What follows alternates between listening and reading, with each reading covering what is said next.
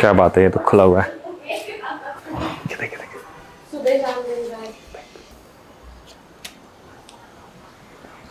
Anybody home?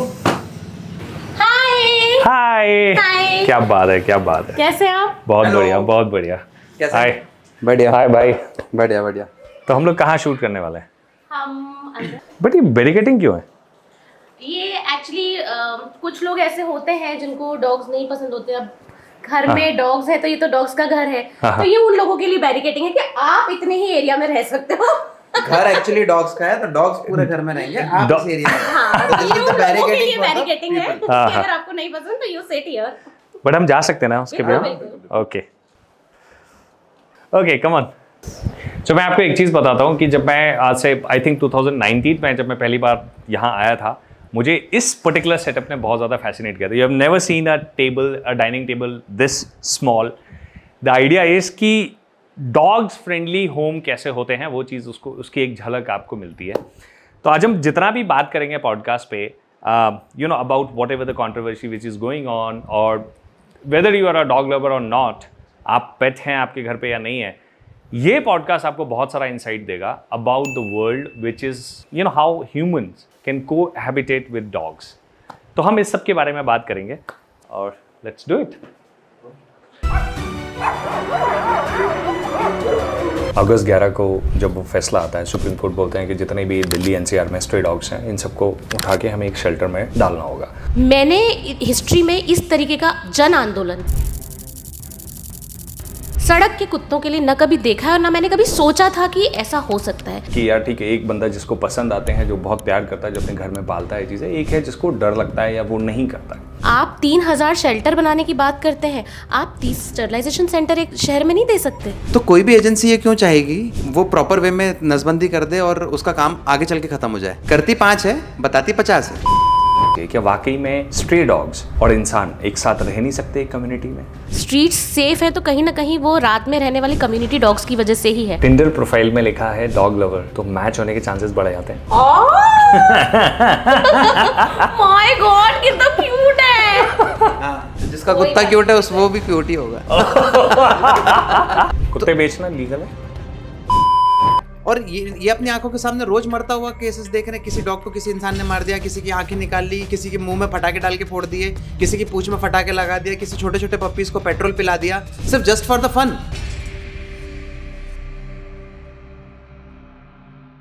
So why are we doing this podcast?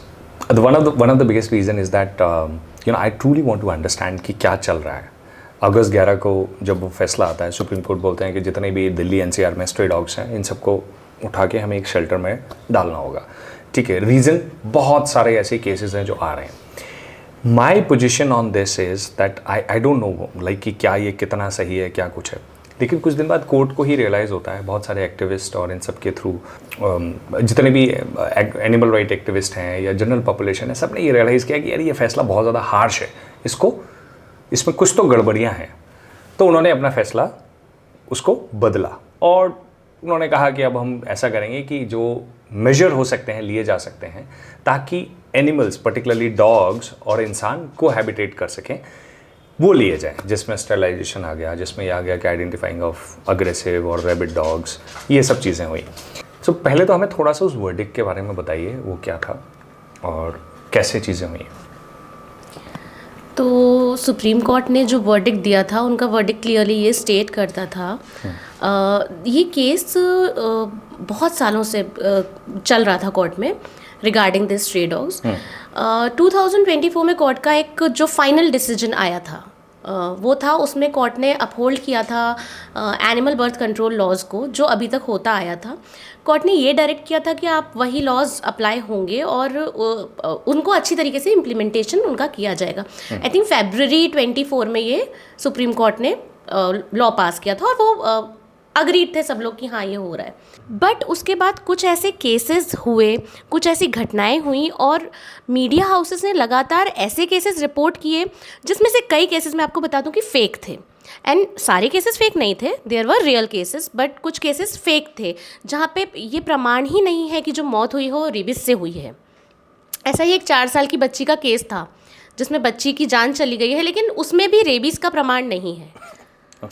तो उस basis पे, और एक न्यूज़पेपर ने वो आर्टिकल छापा, उस बेसिस पे सुओमोटो कोर्ट ने लिया। और सुओमोटो लेना मतलब किसी की बात नहीं सुनना, कुछ भी नहीं करना, दूसरा साइड ऑफ पॉइंट देखना ही नहीं। तो सुप्रीम कोर्ट ने नहीं लिया। तो फिर माननीय सुप्रीम कोर्ट ने ये निर्णय लिया कि भाई ये तो घटनाएं बहुत बढ़ रही हैं, उन्होंने किसी का कुछ नहीं सुना और सीधे उन्होंने कह दिया कि ये जो कुत्ते हैं ना, जितने भी दिल्ली एनसीआर के अंदर, आप हटाइए और आप इसको पॉन्ड्स में या शेल्टर्स में शिफ्ट करिए। बस उन्होंने ये फैसला ले लिया। ना उन्होंने तथ्य देखे, ना आधार देखा, ना सोचा कि ये जो फैसला वो ले रहे हैं वो इम्प्लीमेंट कैसे किया जाएगा।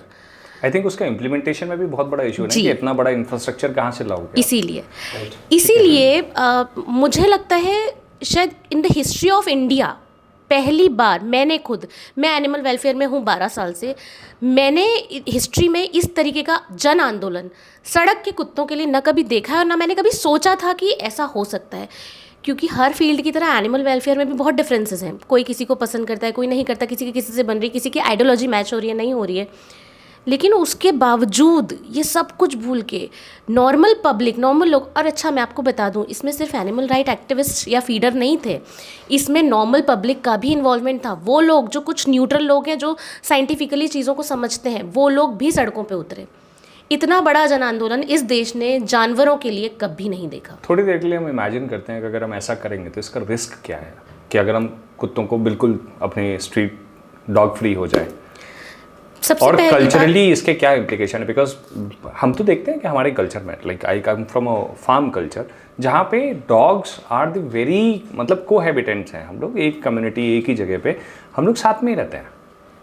हम शुरू से साथ में ही रहे हैं। और अगर आज आपको लगता है कि हमारी जो स्ट्रीट्स सेफ़ है, तो कहीं ना कहीं वो रात में रहने वाली कम्युनिटी डॉग्स की वजह से ही है। आपने नोटिस किया होगा, आप चौकीदारों को देखते हैं, कम्युनिटी में चौकीदार जो होते हैं, आप देखेंगे कि वो डॉग्स से दोस्ती कर लेते हैं। आपको दिखेगा उनके पास कुत्ता, चलते फिरते कुत्ते। तो वो क्यों होते हैं? क्योंकि वो उनकी हेल्प करते हैं रात में, स्ट्रीट्स को सेफ रखने में, उनको इंडिकेट करने में कि कहीं पे कुछ हो रहा है या कुछ नहीं हो रहा। तो पहली तो बात है, हम अगर ये भी सब छोड़ दें कि हम एथिकल रीजंस भी सब छोड़ दें, चलिए भूल जाइए, जानवरों के एस्पेक्ट से तो आप भूल जाइए। पहली बात तो किसी भी एक स्पीशीज़ को अर्थ से वाइप आउट करना पॉसिबल नहीं। अगर दिल्ली एनसीआर की बात है तो चलो आप दिल्ली एनसीआर से अगर हटा लेंगे तो और कहीं और से कुत्ते आ जाएंगे वहाँ पे। अगर आप पूरे इंडिया से वाइप आउट कर देते हैं, आपके पास जगह हो नहीं हो, वो सब दूसरी बात है। तो डॉग्स इकोलॉजिकल बैलेंस मेंटेन करते हैं। कैसे? रोडेंट्स होते हैं, चूहे, बिल्लियाँ, बंदर। दिल्ली में बंदरों की समस्या है ना। पार्ट ऑफ इकोसिस्टम ना। आप उस इकोसिस्टम के किसी भी एक पॉइंट को अगर पूरा वाइप आउट कर दोगे, पूरा इकोसिस्टम डिसबैलेंस हो जाएगा। अगर मैं सिर्फ डॉग की बात करता हूँ कि डॉग आपने अगर आपने सिर्फ पूरे दिल्ली के अंदर से अगर सारे डॉग्स हटा लिए तो चूहे बढ़ जाएंगे। फिर ये होगा कि एक वैक्यूम स्पेस क्रिएट होगा। Vacuum space in the sense कि अगर डॉग सारे दिल्ली से हटा दिए जाए तो, क्योंकि डॉग टेरिटोरियल होता है, वो ऐसी जगह ढूंढेगा जहाँ पे टेरिटरी नहीं है किसी की, तो दिल्ली के आसपास के जो डॉग्स हैं वो दिल्ली में आना शुरू हो जाएंगे। तो अगर आपने 3 लाख डॉग्स को अभी हटाया, जैसा कि आंकड़ा कहता है कि 3 लाख डॉग है दिल्ली के अंदर में, अगर इन 3 लाख डॉग्स को आपने हटाया यहाँ से, तो आसपास के मेरठ के, फरीदाबाद और ये सब सारे जितने भी आसपास के एरिया के, वो सारे डॉग्स आपके एरिया में वापस आ जाएंगे। तो 1 महीने के अंदर आपके यहाँ पे 3 लाख डॉग वापस आ जाएंगे। तब क्या करोगे आप? पहला। दूसरा ये कि डॉग्स अगर हट जाएंगे तो बंदर आना शुरू हो जाएंगे। फिर आप बोलोगे कि बंदरों से समस्या है। हमारी सोसाइटी बेसमेंट में जहाँ गाड़ियाँ पार्क होती हैं, वहाँ पे बहुत चूहे थे और गाड़ियों की ना हालत ख़राब कर रही थी। हम सबकी वायरिंग में कुछ तो भी दिक्कत है, ये चीज़ है। तो वो में डॉग केम, वो प्रॉब्लम सॉल्व हुआ। मतलब चूहे नहीं दिखते हैं। This is medically proven. Human doctors are saying कि जूनोटिक डिसीजेस बढ़ जाएंगी अगर इन केस अगर ऐसा होता है तो। आप देखिए, डॉग से होता है, आपका मानना है कि डॉग से, सिर्फ डॉग से रेबीज़ होता है, कुछ लोगों का ऐसा मानना है। तो रेबीज़ होता है, जब हो जाता है तो प्रिवेंटेबल नहीं है, but rabies is 100% preventable by the vaccine. आप उसको वाइप आउट कर सकते हो। जैसे आपने ये वो कौन से टीके, पोलियो और जैसे टीके आप लगाते हो ना, आप रेबीज़ को वाइप आउट कर सकते हो। लेकिन प्लेग की उतनी ईजी वैक्सीन आपके पास अवेलेबल नहीं है, ना आपके डॉक्टर्स को पता है कि कैसे ट्रीट करना है। देयर आर मोर डिसीजेज जो चूहों से होती हैं, उनके चांसेस बढ़ जाएंगे अगर ऐसा एग्जांपल भी रहा है। सूरत में हुआ है, आपको याद होगा, प्लेग हुआ था तब, उस वक्त यही हुआ था, प्लेग हुआ था सूरत में। आई थिंक 2000 में एक्चुअली सूरत में सारे स्ट्रे डॉग्स को हटा दिया गया था, सबको मार दिया गया। ये कब हुआ था? ये ये अराउंड बहुत पुरानी बात है, मतलब अब इसके कोई बहुत ज़्यादा पेपर न्यूज़पेपर या उसमें भी तथ्य नहीं मिलते। वो तो जो लोग उस वक्त जानते हैं उनका मानना है कि but I don't remember the exact 2000 की बात है मेरे ख्याल से, 2001 मतलब 20-25 साल पुरानी बात है। हाँ हाँ। तो सारे स्ट्रीट डॉग्स को हटा दिया गया, मार दिया गया, जहर दे दिया गया, उनसे जो बन पड़ा उन्हें पॉपुलेशन को ख़त्म करने के लिए उन्होंने वो स्ट्रिक्ट एक्शन लिया।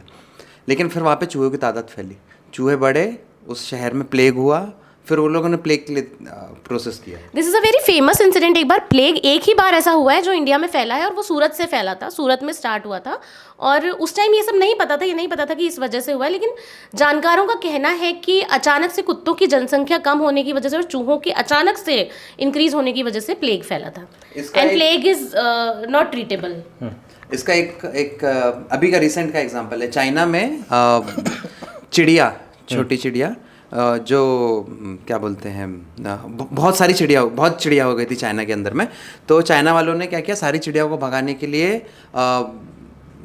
ड्रम बजाए, फटाके फोड़े, इस तरह से सारी चिड़िया उन्होंने भगा दी, और जिनको मार सकते थे उनको मार दिया गया। लेकिन फिर उसके बाद में चाइना में एक बहुत बड़ा क्राइसिस आया कि फसल खाने वाले कीड़े वो बहुतायत में हो गए, और उन्होंने सारी फसलें ख़त्म कर दी। चाइना को अनाज इंपोर्ट करवाना पड़ा बाहर शहरों से, क्योंकि सिर्फ चिड़िया उन्होंने हटा दी थी। जब आप इकोसिस्टम से एक स्पीशीज़ को हटा दिए जाओगे, इस तरीके के आपको ड्रॉबैक्स आपको देखने को मिलेंगे। अब हम पूरे डॉग को हटा देते हैं तो हमको ये प्लेग्स का सामना करना पड़ेगा, बंदरों का सामना करना पड़ेगा, फिर अब हम उनके लिए क्या करेंगे? फिर उनके इनफैक्ट वापस कैट्स भी बहुत बड़ी प्रॉब्लम है, स्पेशली डेफिनेटली कैट्स भी बहुत बड़ी प्रॉब्लम है। तो पहली चीज़ ये कि मैं ये बोलती हूँ कि आप बाकी सब चीज़ें एनिमल वेलफेयर को भूल जाइए, आप ये सिर्फ याद रखिए कि आपने इनको हटा दिया है अगर इन डॉग्स को, तो आपको ये वाले जो हेल्थ हज़ार्ड्स हैं इनके साथ डील करना पड़ेगा, आप उसके लिए रेडी हो जाइए। दूसरी बात, जो सोल्यूशन है कि इनको हटाना, फर्स्ट ऑफ ऑल ये प्रैक्टिकल ही नहीं है। मतलब लाखों कुत्ते हटाना मतलब हज़ारों शेल्टर्स क्रिएट करना, मतलब हज़ारों शेल्टर्स के लिए ज़मीनें होना, वो भी ऐसी जगहों पे ज़मीनें होना जहाँ पे लोगों की आबादी कम है। आपके घर के पास अगर मैं शेल्टर खोलूँगी तो आपको चलेगा? जहाँ पे मैंने 2000 कुत्ते रखे हैं, चलेगा आपको? रोज़ आपको कुत्तों के लड़ने की, भौंकने की आवाज़ें आएंगी। तो पहले तो ये जगह ढूंढना, क्या इतनी जगह हमारे पास है कि हम इतने कुत्तों को शेल्टर्स में भर सकते हैं?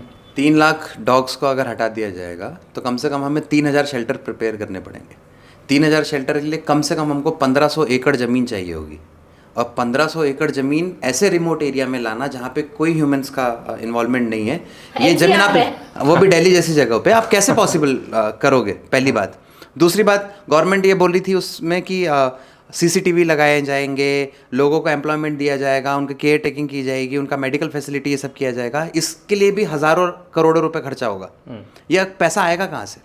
हम ये बोल रहे हैं as a animal welfare activist को आप छोड़ दीजिए, as a normal human being भी आप कैलकुलेशन करके देख लीजिए, 60 to 100 करोड़ के अंदर आप पूरे दिल्ली NCR के सारे डॉग्स को रेबीज लगा के रेबीज फ्री स्टेट कर सकते हो आप। इतना भी नहीं लगेगा आई थिंक। इतना भी बहुत बड़ा मैं फिगर बोल रहा हूँ, बट मान लेते हैं, चलो मैन पावर लगा रहे हैं सब के लिए, अपन अगर इतना करोड़ रुपए भी खर्चा, ये 1500 एकड़ ज़मीन की कॉस्ट अगर आप 5000 रुपीज़ पर स्क्वायर फीट के हिसाब से भी दिल्ली जैसी जगह पे कैलकुलेट करो, जो कि मैं बहुत कम बोल रहा हूँ, तो 1500 एकड़ कितने रुपए का हो गया? 30 रुपए का एंटी रेबीज वैक्सीनेशन आता है और डॉक्टर्स आपके पास फ्री में है, तो उस हिसाब से आप 3 लाख डॉग्स को अगर 30 रुपए का वैक्सीनेशन लगाते हो तो तो आप it's not करोड़ों में ethical. मिल नहीं, जाती है तो आपको प्रॉब्लम cost। सिर्फ रेबीज है या जो लोगों के पास जो केसेस रिपोर्ट होते हैं उसमें अग्रेशन का एक बहुत बड़ा वो आता है कि कोई बाइक से जा रहा था। नो और ये बना उसका- डिसीजन ही चालू हुआ था कि पूरे इंडिया में 37 लाख रेबीज केसेस हैं। Bite 37 cases, dog not bite cases rabies जिसमें रेबीज के चांसेस हो सकते हैं। तो 37 लाख डॉग बाइट केसेस होता है, जिसमें ये कैसे फिगर आया कि अगर आपको डॉग ने काटा आप जाके वैक्सीनेशन करवाते हो तो वो काउंट होता है। तो कितने रेबीज के वैक्सीनेशन लगे, रेबीज हुआ है या नहीं, और it's a secondary matter, but आपने रेबीज का इंजेक्शन लगाया तो वो काउंट हुआ। तो 37 लाख का फिगर आपके पास में कैसे आया? इसके पीछे भी एक कैलकुलेशन में बहुत बड़ा देखिए, हम ना आंकड़ों से खेलते हैं। सबसे जो बेसिक चीज़ होती है डॉग बाइट केसेस, उन्होंने बोला dog bite cases 37 lakh report हुए। 37 डॉग बाइट केसेस रिपोर्ट हुए, कैसे आप पता करेंगे? आप जाएंगे उन अस्पतालों में, उन गवर्नमेंट अस्पतालों में जहाँ पे इनका रिकॉर्ड रखा जाता है और ये टीके लगवाए जाते हैं। मैं एक पेट पेरेंट हूँ, मेरे कुत्ते ने खेलते खेलते मुझे स्क्रैच लग गया। अब रेबीज़ को हम इतना बड़ा हुआ बना चुके हैं कि हमने, भले ही मेरा कुत्ता वैक्सीनेटेड, मैं सोचूंगी यार ठीक है यार लगवा ही लो यार, क्या लगता है। मैं जाऊंगी, मैंने बोला डॉग बाइट, उन्होंने लिख दिया डॉग बाइट। अब मुझे 5 डोज लगेंगे रेबीज़ के, है ना, एक डोज में नहीं होता है, 5 डोज होते हैं, तो हर डोज को एक इंजेक्शन, एक रेबीज़, एक डॉग बाइट माना जाएगा। तो सबसे पहले तो आप इन 37 लाख को 5 से डिवाइड करो, इतने इंजेक्शंस आपने लगाए। उसके बाद कैट बाइट 7.5 लाख आएंगे अप्रॉक्सीमेटली। कैट बाइट, चूहे का बाइट, स्क्रैच, घर के कुत्ते का काटा हुआ, सारी चीज़ें। अब उसमें आप डिफ्रेंशिएट नहीं करोगे कितने उसमें स्ट्रे डॉग के बाइट्स हैं, कितने पेट डॉग्स के बाइट हैं, कितने चूहों के बाइट्स हैं, तो ये सब उसमें आ गया, ये सब उन 5 डोजेज में आ गया। तो इस तरीके से हमारा आंकड़े निकाले जाते हैं कि ये इतना आंकड़ा है, ये इतना है। तो फिर इसमें एक पॉइंट ये भी है कि जब डॉग काटता है तो आपको रेबिस के इंजेक्शन के साथ साथ आपको टिटनेस का इंजेक्शन भी लगाना पड़ता है। तो टिटनेस के इंजेक्शन को भी रेबिट के इंजेक्शन के साथ काउंट किया जाता है। तो वो 2 केस और हो गया। मतलब अगर मैं पहली बार जा रहा हूँ और मैंने पहली बार इंजेक्शन लगवाया तो मेरे को एक टिटनेस का लगा, एक रेबीज़ का लगा, तो मुझे 2 इंजेक्शन लगे और काउंट होगा कि 2 रेबीज़ इंजेक्शन लगे। तो ऐसे भी फिगर्स को मैनिपुलेट किया जा रहा है, जिसका exact figure, exact monitoring system है ही नहीं हमारे पास में, हमारे सिस्टम में एग्जिस्ट ही नहीं करता। हालांकि हम ये बिल्कुल नहीं कह रहे कि जो केसेस हुए वो होने चाहिए, बिल्कुल नहीं होने चाहिए। एक भी बाइट केस नहीं होना चाहिए, एक भी बच्चा, एक भी इंसान इन चीज़ों को से सफ़र नहीं करना चाहिए। तो क्यों होता है?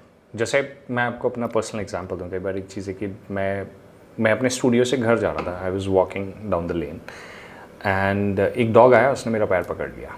ठीक है, इट वाजंट वेरी सीवियर, कुछ भी चीज़ है, बट इट फ्राइटन मी। मैं भयंकर मतलब लाइक आई वाज लाइक कि अरे यार ये क्या एकदम ऐसा हो गया। ठीक, जिस कुत्ते को आप जानते नहीं हो, जो स्ट्रे डॉग है, तो सबसे पहला डर तो यही आता है, आप इंजेक्शन के लिए जाओगे, चीज़ें करोगे। एट द सेम टाइम कुछ ऐसे केसेस जहाँ पे आ रहे हैं जहाँ बच्चों के पूरे मुंह फाड़ दिया, पूरी तरीके से, मतलब बुरी तरीके से, ऐसे समझो कि बहुत बुरा हाल हो गया। और सिर्फ बच्चों के ही नहीं, बड़ों के साथ भी ऐसे केसेस आते हैं कि जहाँ पे गाड़ी से जा रहे हैं। कितने वीडियोज़ हैं सोशल मीडिया पे ये चीज़। अब इस सब के लिए जिम्मेदार कौन है? देखिए, ये वाकई में बहुत ख़राब घटनाएं होती हैं, और एक 4 साल के बच्चे की माँ होने के नाते मैं समझती हूँ कि कैसा उस फैमिली को, उस माँ को, उन लोगों को लगता होगा जिनके बच्चों के साथ ऐसा हुआ है। और उनको, मैं ये नहीं बोल रही कि ये सही चीज़ें और ये होनी चाहिए, तो बिल्कुल नहीं होना चाहिए, और हम भी नहीं चाहते, कोई नहीं चाहता। जो कुत्ते को खाना खिला रहा है ना, वो भी कभी ये नहीं चाहेगा कि वो कुत्ता किसी के बच्चे को काट ले, ऐसा कभी भी नहीं होता। लेकिन ये सॉल्यूशन नहीं है। और ये केसेस हुए क्यों? ये केसेस हुए इसलिए, आप देखेंगे अधिकतर अटैक्स तब हुए हैं जब कुत्ते झुंड में हैं। आप जिन वीडियोस की बात करें, अधिकतर, मोस्ट ऑफ द केसेस, उन केसेस में क्या हुआ है, कुत्ते झुंड में है और उन्होंने अटैक कर दिया है। आगे और पीछे का हमको नहीं पता कि क्या हुआ होगा, क्या कुछ भी हुआ हो, पर वो जस्टिफाई नहीं होता कि किसी बच्चे को काट लिया या किसी इंसान को काट लिया। लेकिन ना, क्या होता है, ये झुंडों में कुत्ते आने की वजह क्या है? वजह है म्यूनिसिपैलिटीज़ की inefficiency. What do you mean? Municipalities को स्टरलाइजेशन के लिए, वैक्सीनेशंस के लिए हर साल फंड मिलता है, उनको फंड दिया जाता है। जब उनके पास फंड है और 10 सालों से जब ये स्टरलाइजेशन प्रोग्राम्स चल रहे हैं, तो फिर भी कुत्तों की तादाद इतनी बढ़ कैसे रही है? साइंटिफिकली मुझे समझ में नहीं आता कि अगर आपने कुत्ते को स्टरलाइज कर दिया तो वो और बच्चे पैदा ही नहीं कर सकता। जब वो बच्चे पैदा नहीं कर सकता, स्टरलाइजेशन क्या process? How do they sterilise dogs? कैसे करते हैं? इट इज़, हिंदी में उसे हम नसबंदी कहते हैं। मतलब फीमेल की जो वो होती है यूट्रस, उसको निकाल दिया जाता है। मतलब दोनों के, मेल और फीमेल के रिप्रोडक्टिव आइटम्स निकाल दिए जाते हैं, पार्ट्स निकाल दिए जाते हैं, तो वो रिप्रोड्यूस नहीं कर सकते। Okay.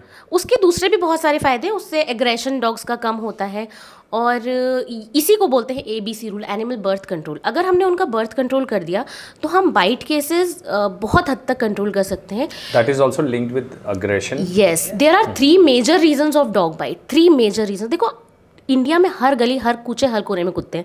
आपको एक कुत्ते ने काटा था, लेकिन आपको हर गली में कुत्ते ने नहीं काटा। कुत्ते तो हर गली में होते हैं। इसका मतलब वो कुत्ते के साथ कोई तो प्रॉब्लम रही होगी। हो सकता है वो काटने वाला कुत्ता हो, वो अग्रेसिव कुत्ता हो।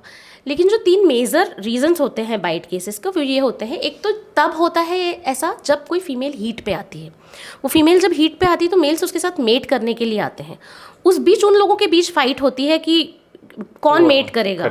उस वक्त वो बहुत एग्रेसिव हो जाते हैं, जो मेल डॉग्स होते हैं, वो किसी की नहीं सुनते। और ऐसे में अगर कोई बीच में आता है या लोग हैं, तो उस वक्त ये चांसेस होते हैं कि वो काट लें।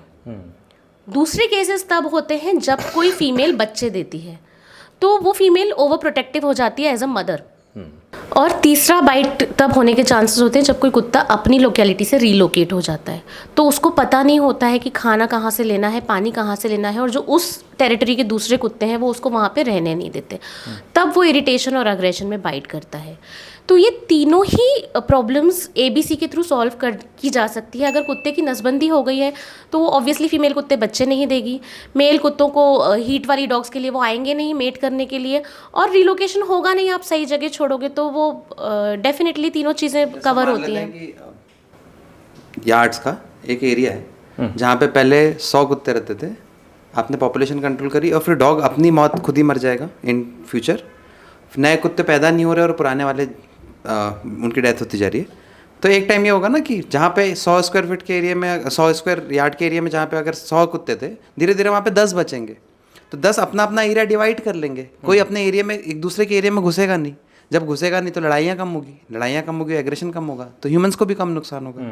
फिर बच्चे और अलग पैदा नहीं हो रहे, तो जो फीमेल डॉग वाला जो पार्ट है जो बताया कि ओवर प्रोटेक्टिवनेस, तो वो नहीं होंगे। तो ये तभी हो सकता है ना कि जब आप अच्छे से ABC प्रोग्राम को आप रन कर रही है गवर्नमेंट। अगर उनकी इनएफिशिएंसी की वजह से पॉपुलेशन ज़्यादा बढ़ रही है और उसकी वजह से अगर डॉग बाइट केसेस बढ़ रहे हैं, तो जिम्मेदारी इसमें ABC की गवर्नमेंट की है, ना कि डॉग्स की। करेक्ट। तो क्या झोल क्या हो रहा है इसमें? इसको ऐसे बोल सकते हैं कि गवर्नमेंट खुद कुछ काम नहीं करती, वो टेंडर बेसिस पे काम करती है। तो ABC के भी टेंडर निकाले जाते हैं और टेंडर पास आउट होता है और किसी एक एजेंसी को वो स्टेरिलाइजेशन का काम दे दिया जाता है। बट क्या ये प्रॉपर तरीके से हो रहा है? इसकी मॉनिटरिंग कौन कर रहा है? इसका हिसाब किताब कौन रख रहा है? इसकी अकाउंटेबिलिटी कौन रख रहा है? किसको पता है कि ये सही तरीके से किया गया कि नहीं किया गया? तो कई बार कई जगह पे हमने पर्सनली भी देखा है कि ये होता है कि आपको एक डॉग के बेसिस, आपको एक डॉग का ABC करने के लिए आपको 1000 रुपीज़ 1200 रुपीज़ आपको मिल रहा है। तो कोई भी एजेंसी ये क्यों चाहेगी कि वो प्रॉपर वे में नसबंदी कर दे और उसका काम आगे चल के ख़त्म हो जाए? तो वो क्या करती है, करती 5 है, बताती 50 है। और जो पैसा देने वाले गवर्नमेंट है, इनका भी आपस में कहीं ना कुछ रिलेशन है, तो वो उसको साइन करते हैं और उसको 50 का पैसा रिलीज हो जाता है, या फिर वेरीफाई ही नहीं करते, तो वो भी उनकी चूक है। कई बार ये होता है कि एक शहर के अंदर पे अगर 3 स्टेरिलाइजेशन सेंटर्स है या 4 स्टेरिलाइजेशन सेंटर्स है और सारे स्टेरिलाइजेशन सेंटर्स एक ही एजेंसी को दे दिए गए, तो वो क्या होती है, इसकी काउंटेबिलिटी कैसे की जाती है कि जब भी हिसाब किया जाता है तो वो टीम आती है कमेटी की और वो ओवरीज और टेस्टिकल्स को काउंट करती है। Okay. उनको संभाल के रखना पड़ता है। This is the procedure. तो होता है कि एक पॉलिथीन के अंदर में एक स्टेरिलाइजेशन सेंटर में 10 कुत्ते का ओवरीज और टेस्टिकल्स रख दी गए, 20 हो गए, 20 का काउंटिंग हो गया, ठीक है। वही पॉलिथीन अगले वाले स्टेरिलाइजेशन सेंटर पे चली जा रही है, जब ये जा रहा है तो वहाँ जाके फिर वो काउंट कर रहे हैं। तो this is the way things are going on. हमारे शहर में ऐसा हुआ। हमारे शहर में जब पकड़ा गया कि ये इस तरह से बहुत काफ़ी न्यूज़ में, मीडिया में ये सब चीज़ें आई, वहाँ पे एग्जैक्टली यही हो रहा था कि अगर मान लो 200 डॉग्स का हुआ है, 1000 का लिखा हुआ है, बावजूद इसके जिन एरियाज़ में स्टेरिलाइजेशन हो गया वहाँ फिर से पॉपुलेशन बढ़ रहा है। तो और आपको आपके शहर में सिर्फ एक ही स्टेरिलाइजेशन सेंटर है, बट इसमें आम पब्लिक भी कुछ नहीं कर सकती। हाँ, शायद ऐसा ही कुछ हो। हाँ, जबकि जिस तरीके से इस समस्या को देखा जा रहा है, इतनी व्यापक समस्या है, तो फिर एक स्टेरिलाइजेशन सेंटर क्यों? आप 3000 शेल्टर बनाने की बात करते हैं, आप 30 स्टेरिलाइजेशन सेंटर एक शहर में नहीं दे सकते। बट प्रॉब्लम तो वहाँ यही है ना कि वो करना ही नहीं चाहते, वो 5 का 50 एग्जैक्टली, क्योंकि उनका तो बिजनेस है। अगर आज की डेट में वो अगर स्टेरिलाइज उन्होंने कर दिया 100%, तो they are out of business. Exactly, ये तो सब third party, these are business people ना। यही कह रहे हैं हम, क्यों कह रहे हैं कि आप स्टेरिलाइजेशन प्रोग्राम ढंग से चलाओ, क्योंकि हमको ये पता है कि पीछे क्या हो रहा है और इसकी वजह से जानवरों का कितना नुकसान हो रहा है। आप इनकैपेबिलिटी है आपकी, तो आप एक दिन डिसीजन आके ले रहे हो कि सारे जानवरों को हटा दो। ये कौन सी बात हुई? इसमें एक प्रॉब्लम और है, जहाँ बोलते हैं कि ब्रीडर्स का बहुत बड़ा रोल आता है। अब ब्रीडर्स जो है एक्जॉटिक ब्रीड ही, वेस्टर्न ब्रीड्स या फिर जो बाहर की ब्रीड्स हैं, उनको ही बेचना चाहते हैं या उनको ही प्रमोट करते हैं चीज़ें। वो एक तरीके से जितने भी नेटिव डॉग्स की ब्रीड्स हैं उन सबको वाइप आउट करना चाहते हैं। असल में ये प्रोग्राम उनके लिए तो अच्छा ही है। तो ये जो नेक्सस है, मतलब ये प्रॉब्लम हमको दिखती है कि सिर्फ ऐसा है स्ट्रीट डॉग्स को आप जो है ना इनका पॉपुलेशन कंट्रोल करिए, ABC करके आप ये कर सकते हैं, ऐसा वैसा ये चीज़ें, बट डीप डाउन तो ये एक बहुत अलग किस्म की इंडस्ट्री है जो चल रही है। एग्जैक्टली और हम उसी इंडस्ट्री के अगेंस्ट में हैं। हम उसी को तो ओपन अप कर रहे हैं मार्केट में। हम सब लोगों को जाके क्यों बोल रहे हैं कि आप ABC सेंटर ढंग से चलाओ? अभी भी जब सुप्रीम कोर्ट का ऑर्डर आया हमने यही बोला। तो और सुप्रीम कोर्ट ने भी जो ऑर्डर रिफॉर्म किया है, एक्चुअली रिफॉर्म में उन्होंने कुछ नया नहीं बोला है, ये ऑर्डर्स पहले से है। हमारे यहाँ पे ABC बर्थ कंट्रोल 2023 पहले से लागू हुआ है। उसी वही जो उसमें लिखा गया है वही सेकेंड रिफॉर्म नोटिस में भी जारी हुआ है, यही चीज़, सेम चीज़। तो जब हमारे यहाँ पे लॉ बना हुआ है, जब हमारे यहाँ पे सिस्टम बना हुआ है, तो इम्प्लीमेंटेशन प्रॉपर नहीं कर पा रही, ये म्यूनसिपैलिटी की ड्रॉबैक प्रॉब्लम है। एंड ये जो ब्रीडर है ना, ये भी म्यूनिसिपैलिटीज़ के अंडर में आते हैं। म्यूनिसिपैलिटीज़ को पूरा अधिकार है कि वो जाएं और देखें कि कहाँ पे ब्रीडिंग चल रही है, इलीगल ब्रीडिंग चल रही है, वो उसे रोकें, लेकिन वो ये नहीं करते हैं। आपको एक पेट सर्टिफिकेशन भी होता है। अगर आपके घर में पेट है तो आपको म्यूनिसिपल से वो आप उनका कार्ड दिखाना होता है, रजिस्ट्रेशन कार्ड, उनका वैक्सीनेशन कार्ड, और वो आपको एक स्लिप देते हैं कि अच्छा ठीक है, आप रजिस्टर्ड पेट पेरेंट हो इस पेट के। ये रूल लोग फॉलो नहीं करते, बिल्कुल फॉलो नहीं करते। दूसरी बात, बैकयार्ड ब्रीडिंग इतना बड़ा इशू है, लेकिन इस पे ना कोई म्यूनिसिपैलिटी, ना कोई कोर्ट, ना कोई इस चीज़ पे एक्शन लेता है। What is backyard breeding? Suppose आपके पास एक डॉग है, आप एक पमेरियन के ओनर हो, ठीक है। आपने आपके पास, आपको बहुत अच्छा लगता है, आपने बोला कि अब मेरे डॉग की अब उम्र हो गई है तो मैं इसको मेट कराऊंगा, मेरे को इससे बच्चे चाहिए। तो आप, इट्स नॉट एथिकली राइट कि अब बच्चे नहीं कैसे नहीं कराएंगे, उसका तो बर्थ राइट है ये। हाँ, लोगों का ये मानना है कि बच्चे तो होने चाहिए। हम कैसे उसको कंट्रोल कर लेंगे? अब आपने, तो लोगों की टेंडेंसी ये होती है कि हम उसका बर्थ राइट हम कैसे छीन ले, एक औरत को मां बनने से कैसे रोकते हैं? तो वो लोग क्या करते हैं, उसके बच्चे पैदा करवाते हैं। अब एक घर के अंदर पे मैं पहले एक डॉग पाल रहा था, अब उसके बच्चे हो गए 5, अब 5 तो मैं पालूंगा नहीं, तो मैं क्या करता हूँ, या तो किसी को दे देता हूँ या तो बेच देता हूँ। हाँ, ये तो होता है। अब एज अ पॉजिटिविटी हम लोग रिफ्लेक्टिव कॉलर्स बनाते हैं, हम लोग कॉलर्स बेचते हैं, तो हमको हमारे ऊपर 18% का टैक्स लगता है, GST। कुत्ते बेचने के ऊपर कितना % टैक्स है, और ये कौन भर रहा है? सुना है आपने कभी? कुत्ते बेचना लीगल है? नहीं। सबसे बड़ी बात यही है कि ये बात कुत्ते बेचना लीगल नहीं, ये बात पुलिस भी नहीं बता पाती, ये बात वेटनरियंस भी नहीं बता पाते। अगर आप डॉग को बेचना चाहते हो, सेल और परचेस करना चाहते हो, तो उसके लिए आपको स्टेट वेलफेयर बोर्ड से अपने आप को रजिस्टर करना होगा। एक रजिस्टर्ड ब्रीडर ही ब्रीडिंग करके जानवरों को बेच सकता है। उनकी पूरी निगरानी रखी जाएगी कि वो कुत्तों को कैसे एटमॉस्फेयर में रख रहे हैं, किस तरीके से ब्रीडिंग हो रही है, उनको ब्रीडिंग का लाइसेंस दिया जाता है उनको। So that makes it legal, लेकिन वही लोग जो चुनिंदा लोग हैं वही चुनिंदा लोग, उसके लिए आपको एक पर्टिकुलर मार्केट में ये हो रहा है कि कोई भी कचरे वाला भी आज की डेट में, आप स्लम एरियाज में भी जाएंगे तो आपको स्लम एरियाज में आपको हस्कीज और सेंट बर्नार्ड्स मिल जाएंगे जो सड़क पे बंधे हुए हैं, उनसे ब्रीडिंग करवाई जाती है, उनके बच्चे होते हैं, 4-4, 5-5 हज़ार में बेच दिए जाते हैं। कोई नहीं पूछता कि आपके कुत्ते के पास सर्टिफिकेट है कि नहीं। आपके घर में रॉटवेलर है तो सर्टिफिकेट कहाँ है, आपने कहाँ से लिया है आपका कुत्ता। ना वेट ये पूछता है कि आप लेके आए हैं तो कहाँ से लेके आए हैं, आप कैसे लेके आए हैं। इसमें क्या हो रहा है, ये अब ऑब्वियसली बात है, आपको अगर 5,000 में सेंट बर्नार्ड मिल रहा है तो आप जाके देसी कुत्ता थोड़ी ना अडॉप्ट करोगे। आप तो सेंट बर्नार्ड ले लोगे ना 5,000 में, क्योंकि सेंट बर्नार्ड की कीमत 25,000, 30,000, 35,000 रुपए है, क्योंकि it is a status symbol. कोई इसको बेचने की कोशिश कर रहा है 5,000 रुपए पे, तो आप बोलोगे ना 5,000 बढ़िया, अपन तो ले लेते हैं। अब वो लोग भी खरीद रहे हैं जिनको सेंट बर्नार्ड के बारे में कुछ नहीं पता। उनको ये भी नहीं पता कि इसको पाला कैसे जाता है, इसका मंथली एक्सपेंसेस कितना है, इसको रखा कैसे जाता है। सेंट बर्नार्ड ठंड में रहने वाला कुत्ता है, डॉग है, उसको ठंडा इलाका पसंद है। आप उसको 45-50 डिग्री वाले एटमॉस्फेयर में लाके रख रहे हो घर में। फिर जब तक छोटा है तब तक तो बहुत क्यूट है, आपको बहुत प्यार आता है उसके ऊपर। जब धीरे धीरे बड़ा होता है, सारे अपने सिम्टम्स दिखाने लग जाता है, खुजली हो रही है, बीमार हो रहा है, जब डॉक्टर के पास जाते हो, डॉक्टर भी बोलता है अच्छा तेरे पास सेंट बर्नार्ड है, 35,000 का कुत्ता है, अब जहाँ इलाज 50 रुपये में हो रहा होगा तेरे से 500 रुपये की फीस चार्ज करेगा, क्योंकि तुम तो बड़े घर के हो। अब तुम देख रहे हो धीरे धीरे मेडिकल एक्सपेंसेस तो इसके ज़्यादा हो रहे हैं। आप क्या कर रहे हो, कुछ दिन रख रहे हो और सड़क में छोड़ दे रहे हो फिर उस डॉग को। हमने सेंट बर्नार्ड सड़क से रेस्क्यू किया है, लैब्राडोर रेस्क्यू किया है, पमेरियन, हमारी रॉटविलर रेस्क्यू है, हमने पमेरियन रेस्क्यू किया है, लास आपसो रेस्क्यू किया। ये लोग सड़क में कैसे आए? क्यों? तो इनको जो इनके मालिक हैं उन्होंने छोड़ दिया सड़क पे। और गवर्नमेंट के पास पूरा अधिकार है, इसके लिए कोई नया नियम भी नहीं बनाना है इलीगल ब्रीडिंग रोकने का। क्या इतनी सी बात नगर निगम नहीं कर सकते कि भाई तुम स्टेट वेलफेयर बोर्ड से रजिस्टर नहीं हो तो तुम कुत्ता कैसे बेच रहे हो? पेट शॉप्स में आप जाके देखेंगे आपको कोई सर्टिफिकेशन नहीं मिलेगा। मैं अपने घर में कुत्ता बेच रही हूँ, लोग फेसबुक पे डाल रहे हैं, इंस्टाग्राम पे डाल रहे हैं कि मेरी रूबी के ना 5 पपीज़ हुए हैं, अगर आप परचेज करना चाहते हैं तो मुझे कॉल कीजिए। ये कैसे अलाउड है? This is not allowed, this is no, आप ऐसे नहीं बेच सकते हो। और इसको कंट्रोल करने का सिंपल सा तरीका आप ये कर सकते हो कि आपके जिस भी वेटरनेरियन के पास में डॉग लेके जा रहे, कोई वेटरनेरियन ये पूछ रहा है कि आपने डॉग कहाँ से खरीदा।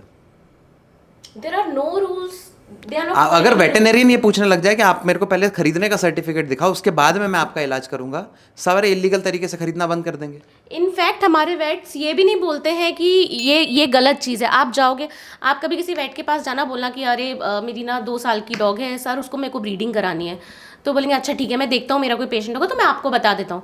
वेट ये नहीं बोलता है कि आप नहीं करवा सकते हो। आप ब्रीडर थोड़ी ना हो जो आप ब्रीडिंग करवाओगे। आपने सर्टिफिकेशन लिया है क्या स्टेट वेलफेयर बोर्ड से? लोग वेट के पास जाते हैं, लोग बोलते हैं कि हमें ना छोटा पपी चाहिए, 2 दिन का होगा तो भी चलेगा, 3 दिन का, 4 दिन का, हमको छोटा चाहिए, नहीं हमको इतना 2-2 महीने के पपीज़ नहीं चाहिए। There is a rule, pet shop rules के अंतर्गत आप 54 डेज से छोटे पपी को नहीं खरीद सकते, उसको उसकी माँ से अलग नहीं कर सकते हो। And there is a reason, बच्चे को इम्यूनिटी मिलती है माँ के दूध से। लेकिन ब्रीडर्स और ये जो घर में बच्चे पैदा करवा रहे हैं, 10-10, 12-12 दिन के पपीज़ बेच दे रहे हैं। उन पपीज़ को वैक्सीनेशन करवाने के लिए आदमी कहाँ लेके जाएगा? वेट के पास। अगर वहीं वेट उनको रोक देगी, ये कैसे लेके आ गए आप, ये तो इलीगल है, आपने 10 दिन का कुत्ता कैसे खरीदा? तो ये प्रॉब्लम आगे ही नहीं बढ़ेगा। तो वो क्यों तो करेंगे? हमारा उनका तो वेटनरी business है। डिपार्टमेंट एक बहुत बड़ा रोल प्ले करता है। आपने ओथ ली है इन जानवरों के लिए, आप लीगली और मॉरली रिस्पॉन्सिबल हो। आपको सिर्फ इतना समझाना है लोगों को। जहाँ पे बच्चा माँ का दूध नहीं पिया 45 डेज, उसमें इम्यून सिस्टम डेवलप होगा ही नहीं। इन फ्यूचर चल के वो बीमार होगा ज़्यादा, तो जब वो बड़ा होगा उसमें बीमारी आएगी, एक्सपेंसेस आपके बढ़ेंगे, एक्सपेंसेस बढ़ेंगे, आप उसको बेयर नहीं कर पाओगे तो आप क्या करोगे? छोड़ दोगे कहीं ना कहीं। अच्छा, अडॉप्शन का मतलब ये नहीं होता, बहुत सारे लोगों को ये कंफ्यूजन है कि तुम खिलाते हो तो तुम्हारे अडॉप्टेड है, ऐसा नहीं होता। अडॉप्टेड और स्पॉन्सर्ड में फर्क होता है। फर्क होता है। अडॉप्टेड डॉग आपके बच्चे की तरह आपके घर के अंदर रहेंगे, उनकी रिस्पॉन्सिबिलिटी आपकी है। उनकी वजह से अगर उनने सड़क पे पॉटी करी, उन्होंने किसी को काटा, तो वो डेफिनेटली मेरा बच्चा है, मेरी रिस्पॉन्सिबिलिटी है, तो मुझे वो पेरेंटिंग तरीके से करनी पड़ेगी कि ऐसा कुछ ना हो। और तो आप ये बोल रहे हो कि डॉग बाइट अगर करता है तो वो पेट ओनर की रिस्पॉन्सिबिलिटी है? In the case of pet dogs, हाँ, ओनर्स को रिस्पॉन्सिबल रहना चाहिए। और फिर डिपेंड करता है केस, अगर आपके डॉग को कोई इरिटेट कर रहा है, या कई बार ऐसा भी होता है कि इंटेंशनली इरिटेट करते हैं लोग, बट फिर भी मुझे ऐसा लगता है कि आप एक पेट पेरेंट हो, अगर मैं अपनी पेट को बाहर लेके जा रही हूँ तो मैं उसको प्रॉपर्ली लीज रखूँगी, कोशिश करूँगी कि वो किसी के पास एक्सीडेंटली कुछ हो जाता है तो भी मेरी रिस्पॉन्सिबिलिटी है। मेरा एक डॉग है, मैं आपको अपना इंसिडेंट बताती हूँ। He is an indie blind dog, जो आपने देखा था वाइटी, उसके केस में ऐसा हुआ था। मेरे घर में कोई आया था अपने बच्चे को लेके, वाइटी को बच्चे नहीं पसंद, उसके साथ शुरू से जो भी उसका ट्रॉमा रहा होगा बच्चों के साथ, उसको बच्चे नहीं पसंद। वाइटी ने बहुत नॉर्मली, मतलब हम लोग थे और वो नॉर्मली मिला भी, उसने देखा जैसे ही हम लोगों का ध्यान इधर, चुपचाप गया, बच्चे के साथ नॉर्मल था, उसने एक भी बार भौंका नहीं, चुपचाप उसने जाके बच्चे को काट लिया और पीछे हट गया। मैं ओनर हूँ, बच्चा मेरे घर में आया तो definitely it is my responsibility, और मैं उससे पीछे नहीं हट सकती। आगे जो भी प्रोसेस हुआ बच्ची के लिए वो मैंने किया, पेरेंट्स से सॉरी बोला, सब कुछ किया मैंने ये भी बोला इसको बिहेवियरल करेक्शंस के लिए। और उसके बाद मैंने भी ये चीज़ ध्यान रखी, क्योंकि उसके पेरेंट्स ने इंसिस्ट किया था कि नहीं मेरी बच्ची को डॉग से डर नहीं लगता है, तो थोड़ा वो लोग भी उस तरीके से उन्होंने लिया उस चीज़ को। लेकिन उसके बाद मैं अब ये श्योर करती हूँ कि अगर बच्चे हैं घर में, अब वाइटी ऐसा नहीं करता, क्योंकि मेरे बच्चे के साथ वाइटी इज़ वेरी फ्रेंडली। मेरा बच्चा उसके ऊपर बैठ जाएगा, उसको हाथ लगा लेगा कुछ, लेकिन मैं जब दूसरे बच्चे घर में होते हैं मैं वाइटी को अंदर रखती हूँ, क्योंकि मेरे बच्चे के दोस्त आते हैं खेलने के लिए, क्योंकि मैं नहीं रिस्क लेना चाहती। मुझे पता है एज अ ओनर, मुझे पता है मेरे कौन से डॉग्स खेल सकते हैं, कौन से डॉग्स नहीं खेल सकते। तो ये इतनी रिस्पॉन्सिबिलिटी आपको लेनी पड़ेगी, लेनी चाहिए, आप अगर उनको अपना बच्चा बोलते हो तो। लेकिन सिर्फ इस कारण से हम ये ऐसा एक्शन नहीं ले सकते ना कि पूरा जनरलाइज कर लिया, जेनरिक कर दिया गया और पूरे स्पीशीज के खिलाफ कोई एक्शन ले लिया गया। ह्यूमंस में भी तो होता है, हमारा बच्चा कल को बड़ा हो गया अगर मर्डरर बन गया और सबका मर्डर करने लग गया, तो उसके मर्डर की जिम्मेदारी हमको थोड़ी मिलती है, हमको थोड़ी जेल होगी, जेल तो हमारे बच्चे को होगी। लेकिन एज अ पेरेंट हम लेते तो हैं कि हमने अपब्रिंगिंग अच्छे से नहीं करी, तो वो सारे एनिमल लवर्स ये रिस्पॉन्सिबिलिटी तो ले ही रहे हैं, उनके हाथ में जितना उतना वो कंट्रोल करने की कोशिश कर रहे हैं। लेकिन आप लोग इन द सेंस कि जो लोग ये बोल रहे हैं कि सड़क में डॉग नहीं होना चाहिए, वो क्या स्टेप ले रहे हैं, वो क्या एथिकल स्टेप ले रहे हैं? वो सिंपल एक सॉल्यूशन पे बात करें कि सिर्फ हटा दो। और मैं भी यही मानती हूँ। आप एक ना ये बहुत मिसकंसेप्शन है कि इनको तो सड़क पे कुत्ते अच्छे लगते हैं। जिस तरीके से आप नहीं चाहते हो ना वो सड़क पे रहें, उस तरीके से हम भी नहीं चाहते हैं, क्योंकि हम पागल नहीं है जो उनको गर्मियों में कोट पहना रहे हैं, उनके लिए बारिश में शेड बना रहे हैं। हम भी नहीं चाहते कि वो सड़कों पे रहें, मौसम की मार झेलें, तुम्हारी मार खाएं, तुम्हारे बच्चों की मार खाएं, परेशान हो, भूखे मरें। उनको एक दिन तुमने बोल दिया फीडिंग बंद कर दो तो बेचारे देख रहे हैं टकटकी मार के। हम भी नहीं चाहते ये। प्रॉब्लम ये है कि आप चाहते हो कि बस उनको वाइप आउट कर दो कैसे भी, और हम चाहते हैं कि एथिकली उनकी पॉपुलेशन कंट्रोल करो, क्योंकि अगर आप एथिकली उनकी पॉपुलेशन कंट्रोल करोगे तो आपको दूसरी प्रॉब्लम्स भी नहीं आएंगी धीरे धीरे, और जो आप चाह रहे हो वो तो हो ही रहा है। तो रिमझिम ऐसा है क्या, अगर प्रोफाइल टिंडर प्रोफाइल में लिखा है डॉग लवर तो मैच होने के चांसेस बढ़ जाते हैं? What do you think? हम इसको 2 कैटेगरी में डिवाइड करते हैं, एक है डॉग लवर और एक है breed lover. And breed lover की तादाद ज़्यादा है इंडिया में। ब्रीड लवर्स, डॉग लवर्स है कि पूरी डॉग कम्युनिटी को प्यार करता है, दैट इज़ डॉग लवर।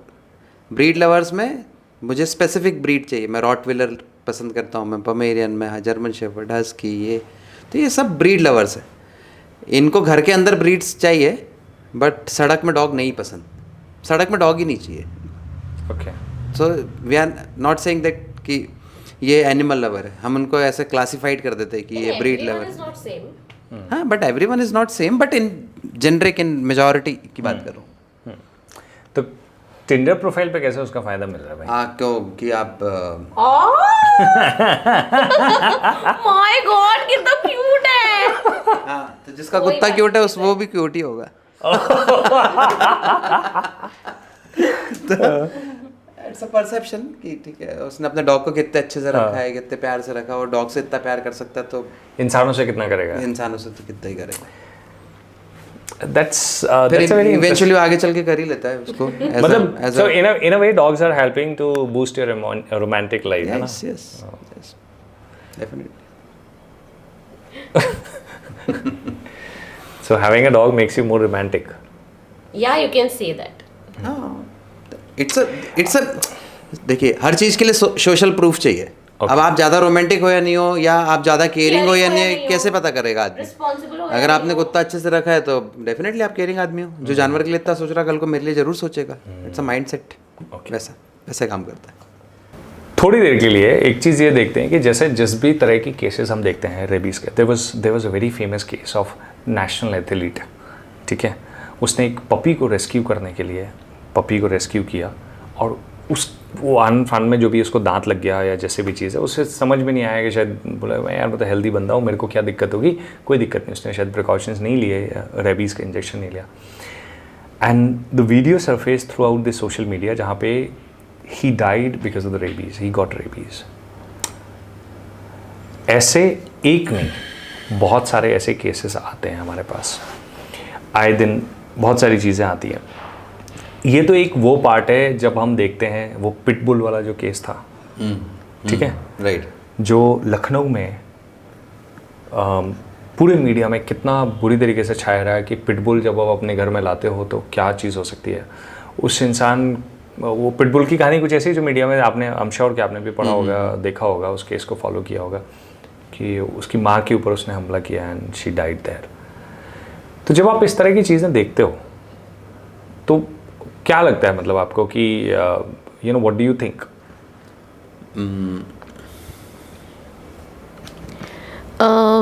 मैं आपको दोनों केसेस के लिए बताती हूँ। जो फर्स्ट केस था, जो एथलीट वाला केस था, he was a very compassionate man, बहुत अच्छा इंसान था वो। उसको एक पपी तकलीफ़ में दिखा, उसने उसको रेस्क्यू करने की कोशिश की।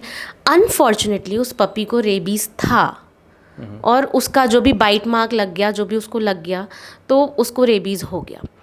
अब यहाँ पे ऐसी सिचुएशन में यू नो ऐसा होता है ना, आप कभी कोई एक्सीडेंट हो जाता है, आप हेल्प करने जाते हो और आप ही फंस जाते हो, आप पे चार्ज लगा दिया जाता है, ऐसे होता है ना। तो हम ये तो नहीं बोलेंगे ना कि हेल्प करना बंद कर दें एक्सीडेंट में, या किसी को हमने देखा है तो बंद कर दें। वो केस ऐसा था कि अब ना डॉग ने उसके ऊपर आके अटैक नहीं किया, ना झुंड में उसको पकड़ा, वो खुद रेस्क्यू करने गया। ये हमें इस बात से ये लेसन लेना चाहिए कि हमें अपनी हेल्थ और को शायद उसने वैक्सीनेशन करवाया भी नहीं था। करवाया, हमने प्रायोरिटाइज नहीं करी अपनी हेल्थ। ऐसा बहुत सारे ये सिर्फ रेबीज़ वाले केस में नहीं, बहुत सारी चीज़ों में हम सोचते हैं अरे सर दर्द हो रहा है, डिस्प्ले ले लो, खत्म करो, डॉक्टर को मत दिखाओ। हमें नहीं पता वो चीज़ कब बड़ी हो जाए। पता चले हमें तो कोई बहुत बड़ी बीमारी थी, हमने ध्यान ही नहीं दिया। उन्होंने वैक्सीनेशन नहीं लिया, ये उनकी गलती होगी, उन्होंने जानबूझ के नहीं किया। उन्होंने उस चीज़ को इतना क्यों ज़्यादा सिंसियरली नहीं लिया, क्योंकि हमारे देश में अवेयरनेस नहीं है कि अगर आपको काटा है तो आप लगवाओ। डेंगू के लिए कैसे अवेयरनेस करते हैं, जैसे आप अगर इंदौर का एग्जांपल ले लीजिए, तो आज से 20 साल पहले आप इंदौर देखते तो आपको सब जगह, 20 साल नहीं 10 साल पहले भी आपको पान थूका हुआ हर जगह मिलता। अब आप जाएंगे ना, आपको इंदौर का बच्चा डस्टबिन में कचरा डालता दिखेगा, आपको कहीं कचरा नहीं दिखेगा। क्योंकि इंदौर में इस लेवल की अवेयरनेस हो गई है, कि लोगों को पता है कि करना क्या है। अब रेबीज़ इतनी बड़ी चीज़ है जिसके बारे में मीडिया कब से लिखता आ रहा है, कोर्ट्स कहते आ रहे हैं, लेकिन अवेयरनेस क्यों नहीं है? ये किसकी रिस्पॉन्सिबिलिटी है? गवर्नमेंट की है ना। क्या अवेयरनेस नहीं है लोगों को नहीं पता है कि अगर आपको डॉग ने काटा है तो आपको क्या करना है, आपको कैसे फर्स्ट एड क्या करना है, आपको वैक्सीनेशन कहाँ से लेना है, वैक्सीनेशन कितने टाइम में लेना ज़रूरी है। लोगों को नहीं पता है कि 24 आवर्स में, लोगों को नहीं पता है कि आपको काटा है तो आपको साथ में टेटनस भी लेना है। तो ये अवेयरनेस तो गवर्नमेंट का काम है ना। और ये तो हमें इससे लेसन मिलता है। ये एक बहुत ही अनफॉर्चुनेट इंसिडेंट था जो नहीं होना चाहिए था, बट इसके लिए आप पूरी कम्युनिटी को ब्लेम नहीं कर सकते ना। वो भी ऐसा केस जिसमें कोई आया नहीं, आपको किसी ने काटा नहीं, वो तो खुद ही हेल्प करने गए थे। और उनका इंटेंशन कितना अच्छा आदमी था, उसका इंटेंशन इतना प्योर था, और उस आदमी जिसका इंटेंशन जानवरों के लिए इतना प्योर था, उसकी मौत के ऊपर को सीढ़ी बना के उन्हीं जानवरों के खिलाफ नफरत फैलाना, क्या आपको लगता है सही है? बट ऐसे एक केस नहीं है ना। आप देखो ना, जैसे ये पिटबुल वाला जो था, और बाकी जगह पे बहुत सारे ऐसी जगह पे बहुत सारे केसेस हमें देखने मिल रहे हैं। अब थोड़ी देर के लिए हम ऐसा मान के चलें, क्योंकि प्रॉब्लम सबसे बड़ी चीज़ है कि रेबीज़ एक ऐसी बीमारी है, there is no cure to it. Once you are infected then there is no. और इसके साथ साथ एक और चीज़ है, it's a very slow infection, जितना मुझे पता है ऑफकोर्स, कि आपको लाइफ में कितने दिन बाद वो दिखे वो पता नहीं चलता है। So you can not avoid it. It's not just like कि सिर्फ 24 घंटे के अंदर। This is not at all unavoidable, इसीलिए। And rabies is 100% preventable. No, it is preventable through vaccine. तो जब अगर इंसान को पता है कि उसको स्क्रैच मार्क भी लगा, बाइट मार्क भी लगा, और सिर्फ कुत्ते का नहीं, चूहे ने भी काट लिया है, चमगादड़ ने भी काट लिया है, तो भी आपको रेबीज़ वैक्सीनेशन लेना चाहिए। ये लोगों को पता ही नहीं है। चलिए ठीक है, मान लिया आपको कुत्ते ने काटा, तो फिर भी आप एक बार डॉक्टर के पास वैक्सीन लेने चले जाओगे। आपको चमगादड़ ने काटा या चूहा काट के चला गया तो आप कभी नहीं जाओगे, तो भी आपको रेबीज़ हो सकता है। और आप अगर रेबीज़ से डेथ हुई तो बात तो वही आएगी कि कुत्ते से रेबीज़ हो गया होगा, इसके घर में कुत्ता था या इसके पड़ोस में कुत्ता था, मालूम आपको कुछ नहीं है कि कैसा है क्या है। एंड बहुत सारे केसेस हैं, मैं ये नहीं बोल रही नहीं है, लेकिन बहुत सारे केसेस फेक भी हैं, ऐसे भी हैं। जैसे एक बच्चे का एक वीडियो सर्कुलेट हो रहा है, और ये अभी से नहीं हो रहा है, बहुत टाइम से 3-4 साल पुराना केस है, जिसमें वो बच्चा बहुत अजीब सी हरकतें कर रहा है, ही डाइड, और पूरे मीडिया का और सब जगह की रेबीज़ से बच्चा मर गया। जब एक वॉलंटियर ने हेल्थ ऑफिसर से बात करी तो डॉक्टर्स ने कहा कि हमने कहीं भी नहीं बोला है कि ये रेबीज़ से डेथ हुई है, कहीं भी पीएम रिपोर्ट में कंफर्मेशन नहीं दिया है।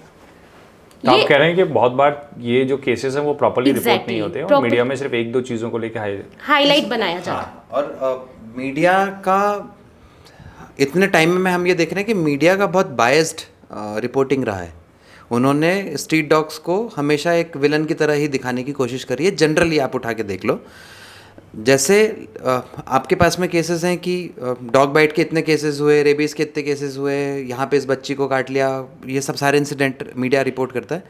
लेकिन मीडिया तब कहाँ है जब ह्यूमन्स एनिमल्स के साथ में इतनी क्रूएल्टी कर रहा है।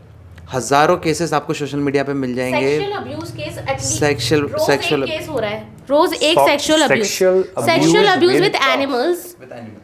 There is a famous actress Jaya Bhattacharya, आप भी जानते होंगे, पायल का कैरेक्टर प्ले करती थी क्योंकि सास भी कभी बहू थी में। She is also well known animal activist. तो अभी एक केस उन्होंने रेस्क्यू किया था, वो 2 महीने की पपी थी, उसके साथ वो लड़का सेक्सुअल अब्यूज करता था। कल परसों का केस है, इंदौर में रिपोर्ट हुआ है। मैं ये केसेस बता रही हूँ जो रिपोर्टेड हैं। बहुत सारे केसेस ऐसे होते हैं कि उनको लोग बोलते हैं, रोकते हैं, और वो लोग भाग जाते हैं, वो केस रिपोर्ट ही नहीं हो पाते। तो मैं आपको ये बता रही हूँ कि इस लेवल तक की क्रूरता होती है जानवरों के साथ। लेकिन वो केस में शायद गाय के साथ में, हाँ, कुत्ते के साथ में, कल की बात है। कुत्ते के साथ में, वो कुत्ते को ले जाके पर्टिकुलर एक जगह पे ले जाके, तो आप ये सोचो कि डॉग्स कितने ज़्यादा मतलब हार्मलेस है कि कोई उनके साथ सेक्सुअल अब्यूज़ कर रहा है। आप उन कुत्तों को दिखा रहे हो जिनने काट लिया है, लेकिन कैसे कर पा रहा है? सोचो आप, वो कुत्ता तो काट सकता है ना, फिर भी सेक्सुअल अब्यूज़ हो रहा है और बहुत लेवल पे हो रहा है। ये केसेस रिपोर्टेड नहीं है। आप सोशल मीडिया पे जाओ, आपको ढेर ऐसे केसेस मिल जाएंगे कि 12-13-14 साल के बच्चे डॉग को, एक छोटे से पपी को बोरे में बांध के उसके साथ फुटबॉल खेल रहे हैं और उसके अंदर पपी चिल्ला रहा है और किक कर रहे हैं, यहाँ से वहाँ मार रहे हैं, वहाँ से यहाँ मार रहे हैं और केस था खेल रहे हैं जहाँ पपीज को जला दिया। ये इस समय मीडिया कहाँ है? ये केसेस क्यों नहीं दिखाती?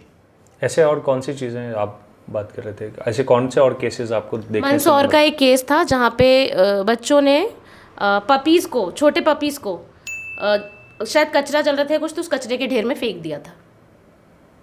हो गया, इसको टाइम हो गया, 3-4 साल पुरानी बात है, पर जला दिया। बहुत सारे ये हुआ, मैं बच्चों को दोष नहीं देती, ये अनअवेयरनेस की वजह से, ये अपब्रिंगिंग का पूरा खेल है। अगर आप बच्चों को, आप खुद हेट कर रहे हो स्ट्रीट डॉग्स को या फिर किसी भी एनिमल को फॉर दैट मैटर कि ये बहुत गलत हैं, ये हमारे को नुकसान पहुंचा सकते हैं, ये चीज़ें, और वो हेट्रेड कहीं ना कहीं आपके बच्चों के इस बिहेवियर में रिफ्लेक्ट होती है। जैसे हम बार बार बात करते हैं लखनऊ के केस की, जिसको मीडिया ने इतना फेमस किया। आप मुझे कह रहे हैं कि उसमें आपको यहीं तक का पता है, आपने मुझे ये कहा कि वो लेडी पे हमला किया और उनकी जान चली गई। उसके आगे की बात मीडिया ने क्यों नहीं रिपोर्ट करी? क्या है आगे की बात? वो जो केस था वो बहुत क्लोजली एनिमल एक्टिविस्ट उसको डील कर रहे थे। बाद में अब देखो, मदर की डेथ हो गई, कुत्ता बोल नहीं सकता, सिचुएशन क्या होगी अभी? उस वक्त तो वो, क्योंकि लोग बहुत एंगर में थे और वो जिसकी माँ गई वो भी सदमे में था, तो उसके पास कोई ऑप्शन नहीं था। उसने एनिमल वेलफेयर ऑफिसर्स को वहाँ पे लखनऊ में वो कुत्ता हैंड ओवर कर दिया।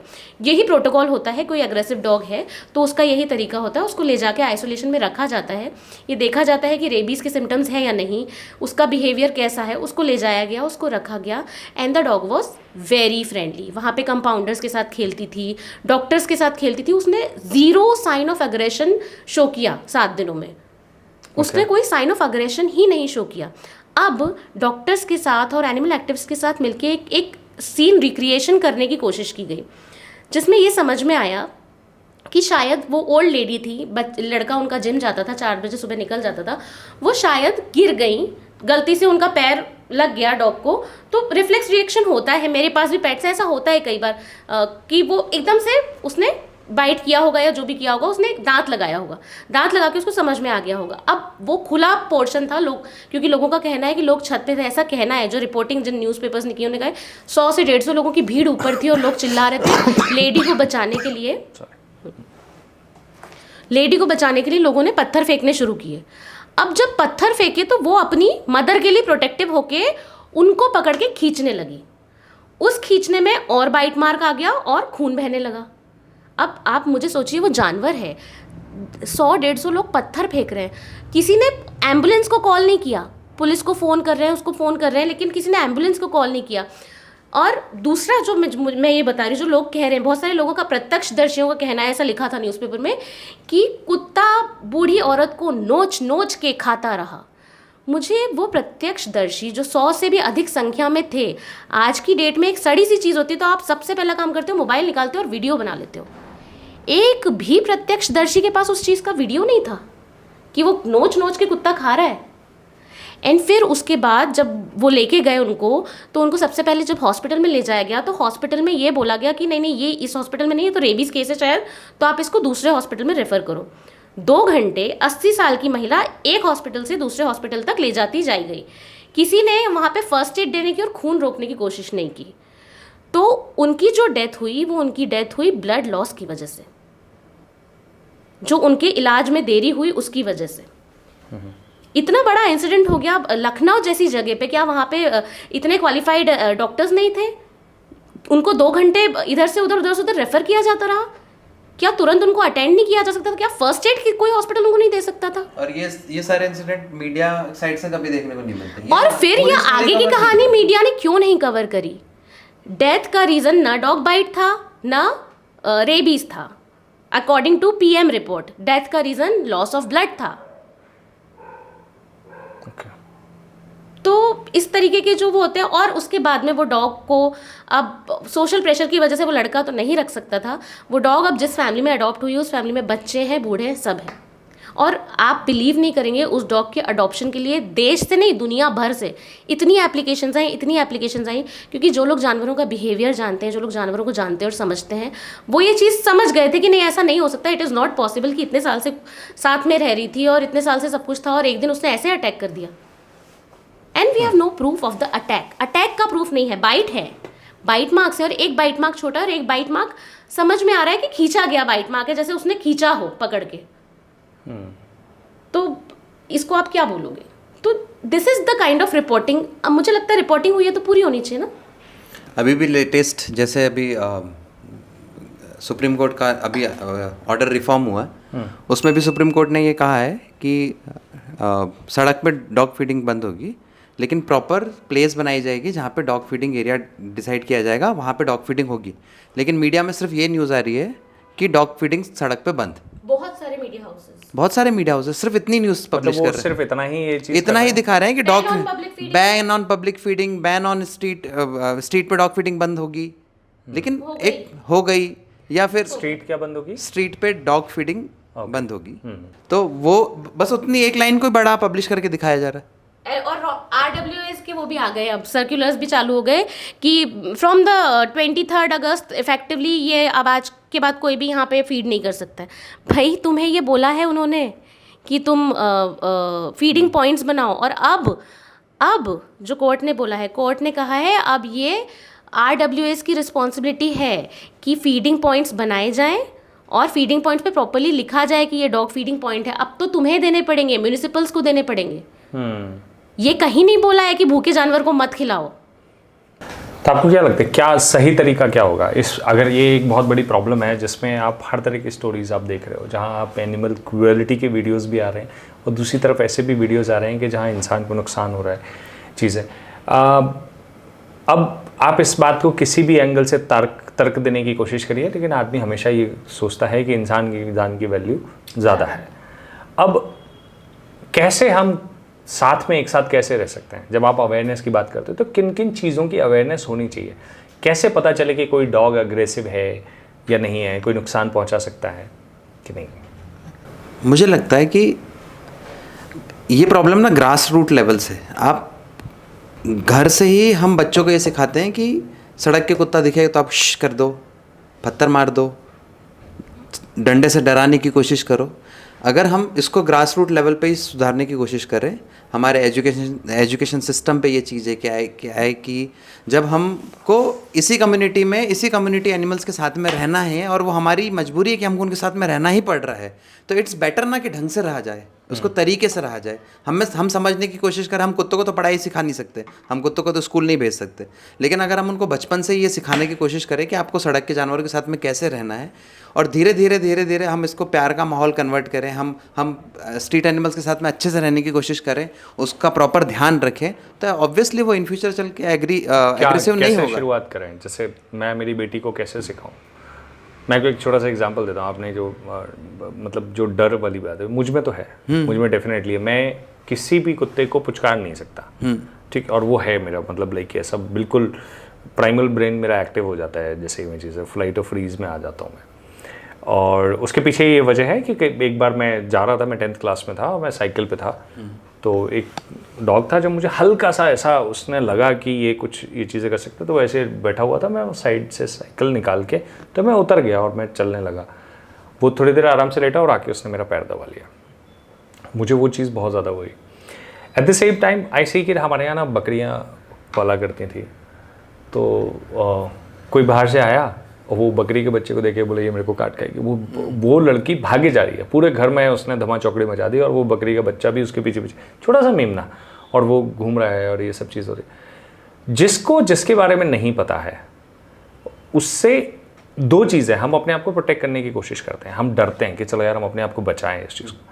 अब अगर हम कुत्तों के बारे में समझना चाहें ये चीज़ें, क्योंकि ये बात तो पक्की है कि भैया वो भी सड़कों पे तो है ही है, घर में आप भले ही नहीं है लेकिन स्ट्रीट्स में तो है ही है, कोएग्जिस्ट तो करना ही है, कोएग्जिस्ट तो है ही, कर ही रहे हैं मतलब। कोर्ट ने भी बोल दिया कि करना तो है ही। हाँ, नहीं हम हमेशा से कर रहे थे, इट्स जस्ट दैट कि जो इनफैक्ट जो कोर्ट की रूलिंग है ना, ये चीज़ अब प्रॉब्लम यही होती है, सबसे बड़ी चीज़ है ये हम जो पॉडकास्ट कर रहे हैं ना, उसका बहुत बड़ा रीज़न ये है कि एक चीज़ तो हमने समझ ली, अरे यार ये तो बहुत ख़राब है, ये तो बहुत ख़राब है, वो तो बहुत ख़राब है ना, लेकिन आपको एग्जिस्ट करना है तो कैसे सही तरीका क्या हो, हम बच्चों को कैसे सेफ भी रख सकें। अभी मैं एक क्वेश्चन पूछता हूँ कि आपके यहाँ पे जब वो बच्ची बकरी से डर रही थी और उसका डर भगाने के लिए आप क्या करते हैं? एक बहुत सिंपल सा फिनोमेना है जो ये चीज़ है कि जब हम बच्ची को एक सेफ एनवायरनमेंट में हम उसको सिखा रहे हैं कि बेटा ये थोड़ा सा एक्सपोजर, हल्का सा मिनी एक्सपोजर दो उसको, ताकि उसे ये समझ में आए कि हाँ ये उतना नुकसान नहीं करेगा, ठीक है। ये इट्स लाइक कि आप बच्चे को गोद में लेके आए और आप उसे ले जा रहे हो उसके पास में। हाँ, तो डर भगाने का सबसे सही तरीका यही है कि आपको धीरे धीरे धीरे धीरे उसको अवेयर करना पड़ेगा, उसको एक्सपोज करना पड़ेगा, उसको जानकारी देनी पड़ेगी, आपको बताना पड़ेगा कि नहीं काटती नहीं काटती नहीं काटती, फिर देख हल्का सा छू के देख, हल्का सा हाथ लगा के देख, धीरे धीरे धीरे। But is it safe to touch stray dogs? हाँ, देखो सारे जानवर की सारे स्ट्रे डॉग्स की मैं बात नहीं कर रहा। कैसे आइडेंटिफाई कैसे करोगे आपकी कौन सा सही है, किसको टच कर सकते हैं किसको नहीं?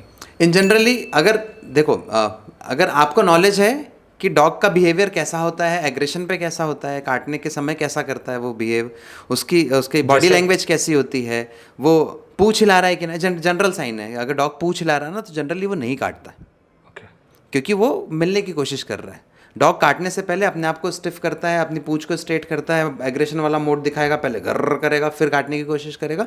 वो दिखा रहा है तो आप डेफिनेटली हाथ मत लगाओ, नज़दीक मत जाओ, बिल्कुल नज़दीक मत जाओ आप। एक्चुअली वो यही बात है, ये आप समझोगे कैसे? तो इसका बहुत सिंपल और सादा रीज़न है, आपको डर इसलिए है क्योंकि आपके साथ इंसिडेंट भी हुआ और आपको कभी किसी ने कुछ सिखाया नहीं।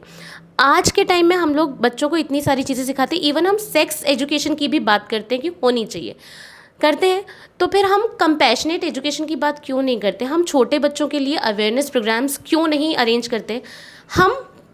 मैं अपनी बात बता रही हूँ, मैं पॉजिटिविटी के थ्रू, हम पॉजिटिविटी जो रन करते हैं उसके थ्रू मैं स्कूल्स में जाती हूँ और छोटे बच्चों के लिए अवेयरनेस प्रोग्राम्स अरेंज करती हूँ, जहाँ पे मैं बच्चों को ये सिखाती हूँ कि आपको सड़क पे जा रहे हो तो कैसे जाना है, आपके सामने अगर 4 डॉग्स आ जाएं तो कैसे आना है। कैसे एक चीज़ है, जैसे यही सिनेरियो हम ले लेते हैं कि teach me like a kid, ठीक है, जैसे 4 साल का मैं हूँ, मुझे आप बता रहे हो कि अगर मुझे सड़क पे जाना तो क्या मेरा बिहेवियर होना चाहिए। मैं फर्स्ट चीज़ ये बोलूँगी आपको, बेटा सबसे पहले तो आप बिना पेरेंट के कहीं नहीं जाओगे, ठीक है। आपको अकेले नहीं जाना है। आप अगर अकेले हो तो आपको ये ध्यान रखना है, अगर कोई अनजान डॉग है तो आपको उसे सेफ डिस्टेंस रखना है, डरना नहीं है। अगर आपको ऐसा लगता है कि वो आपके पास आ रहा है, आपके आसपास कोई नहीं है, तो आपको जो पहला घर दिखता है आपको वहाँ घुस जाना है, आपको आवाज़ लगानी है हेल्प के लिए, आपको रनिंग नहीं करनी है। आप कोई डॉग बैठा है आपको दिख रहा है, आप वहाँ से रनिंग नहीं करोगे, आप साइकिलिंग करके जा रहे हो और आपको ऐसा लग रहा है कोई डॉग आपके पीछे भाग के आया है, तो आप साइकिल एकदम से रोक दोगे। आप रोकोगे तो आपको समझ आएगा कि वो डॉग भी एकदम से रुक जाएगा। आप भी ये नोटिस करना, आप बाइक से जाओगे, आप देखना रात में डॉग्स चेज करेंगे, आपने अगर स्पीड कम करी या आपने अचानक से बाइक रोक दी तो वो चले जाएंगे। आप भी ये नोटिस करना, ऐसा होता है, वो आपके पीछे तब तक भागेंगे, आप स्पीड बढ़ाओगे वो स्पीड बढ़ाएंगे। तो ये जो छोटे छोटे बेसिक चीज़ें हैं ना, ये अगर हम बच्चों को सिखाएं तो आधे इंसिडेंट्स हम वहाँ क्रिप कर सकते हैं। दूसरी बात, हमें एज अ पेरेंट हमें आइडेंटिफाई करना, देखो हम जहाँ रहते हैं ना उस गली में तो डेफिनेटली कुत्ते होते हैं, पर हम कभी ध्यान नहीं देते। अब जैसे हम तो कॉन्शियस है तो हम ध्यान देते हैं, तो हमारे बेटे को पता है कि इस गली में ये 4 कुत्ते हैं, उन 4 कुत्तों के हमने नाम रख रखे, हमने बोला ये वो है। जब हमारा बच्चा छोटा था तब से हम उसको लेके जाते थे रोटी या बिस्किट की ये रखो और थोड़ा सा दूर हो जाओ, धीरे धीरे धीरे धीरे हम ऐसे करवाते थे हमारे सामने कि रखो और थोड़ा सा उसको सेफ डिस्टेंस से दूर हो जाओ। धीरे धीरे डॉग को ये समझ में आने लगा कि ये बच्चा मुझे हार्म नहीं करता, ये मुझे बिस्किट्स देता है, ये मुझे खाने को देता है, तो डॉग भी उतने ही प्रोटेक्टिव। अब मेरा बच्चा स्कूल जाता है ना, तो जिस गली मतलब जहाँ पे बस आती है उसके पहले तक, क्योंकि उनकी टेरिटरी होती है, उससे आगे वो नहीं जा सकता, वहाँ तक वो उसको छोड़ने के लिए जाते हैं। 2:30 बजती है ना, उसका टाइम होता है ना, तो मेरे जो कॉलोनी के डॉग्स होते हैं वो रेडी रहते हैं, वो गली के कोने पे बैठ के कि अब ये लेने जाएगी तो वो बच्चा आएगा। एंड देयर आर वीडियोज़ जो हमारी कम्युनिटी के, जो हमारी गली के बच्चे हैं वो खेलते हैं, डॉग बीच में बैठा है, बच्चे आसपास खेल रहे हैं, बॉल से खेल रहे हैं, कभी अटैक नहीं हुआ। 12 साल से वो दोनों डॉग्स यहाँ पे हैं। तो इसकी शुरुआत बहुत बचपन से होती, ग्रास रूट लेवल पे आपने बच्चों में से डर निकाल दिया और उनको समझा दिया। साथ में उनको ये भी समझाना है कि जिन डॉग्स को आप नहीं जानते हो एकदम से अप्रोच नहीं करना है। आपको बच्चों को ये समझाना है कि अगर आपको छोटे छोटे पपीज़ दिखे तो जाके उनको एकदम से गोद में नहीं उठा लेना है, क्योंकि उनकी मदर कहीं हो सकती है, वो प्रोटेक्टिव हो सकती है, वो आके आपको काट ले। कई बार ऐसा होता है कि बच्चे हार्म करने नहीं जाते, उनको दिख रहा है डॉग है, फटाक से खेलने चले गए। लेकिन डॉग के साथ तो हर किसी का बिहेवियर एक जैसा नहीं है। लेकिन अगर आप माँ बाप ही डरते हैं स्ट्रीट डॉग से, तो बच्चों को कैसे सिखाएंगे ये सारी चीज़ें? जैसे मैं मेरी बेटी को रोकता हूँ बहुत ज़्यादा। हाँ, लेकिन बट मैं ये भी है, जैसे अब एक चीज़ है, थोड़ा सा फीडिंग उसकी भी बात करते हैं ये चीज़ें कि जैसे आप बच्चे को डॉग को कहीं भी खिलाने लग जाते हो। हाँ, it's very wrong, it's wrong. और सोसाइटी में अक्सर लड़ाइयाँ इसी वजह से होती हैं। हाँ, इट्स वेरी रॉन्ग, बिकॉज देखो बहुत सारे केसेस में ये है कि एनिमल लवर्स को भी बहुत सारी जानकारियाँ नहीं है ना। हम जितना आप पढ़ोगे, जितना आप सीखने की कोशिश करोगे, आपके पास में उतना नॉलेज आएगा।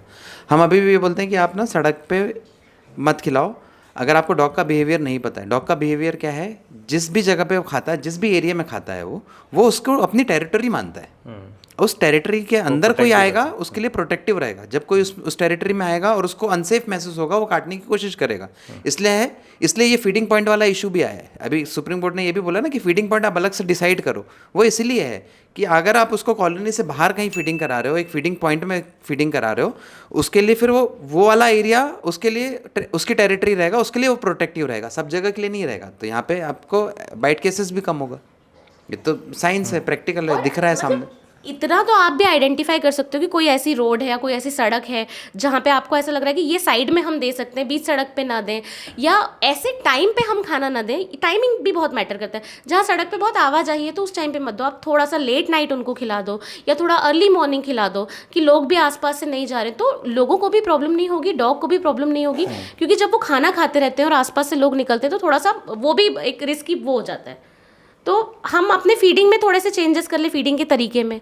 तो वो तो बिल्कुल गलत है कि आप बिल्कुल एकदम बीच सड़क पे खिला रहे हो, आसपास से लोग जा रहे हैं। तो कोशिश करो कि ये सब चीज़ें अवॉइड हो। हाँ, अगर बहुत फ्रेंडली डॉग्स हैं या वो उस कॉलोनी के लोग सारे ऐसे हैं तो चलो ठीक है। और अगर पेरेंट ही डर रहे हैं तो डॉग को, अपने बच्चे को कैसे सिखाएंगे कि वो डॉग्स के साथ में कैसे रहे?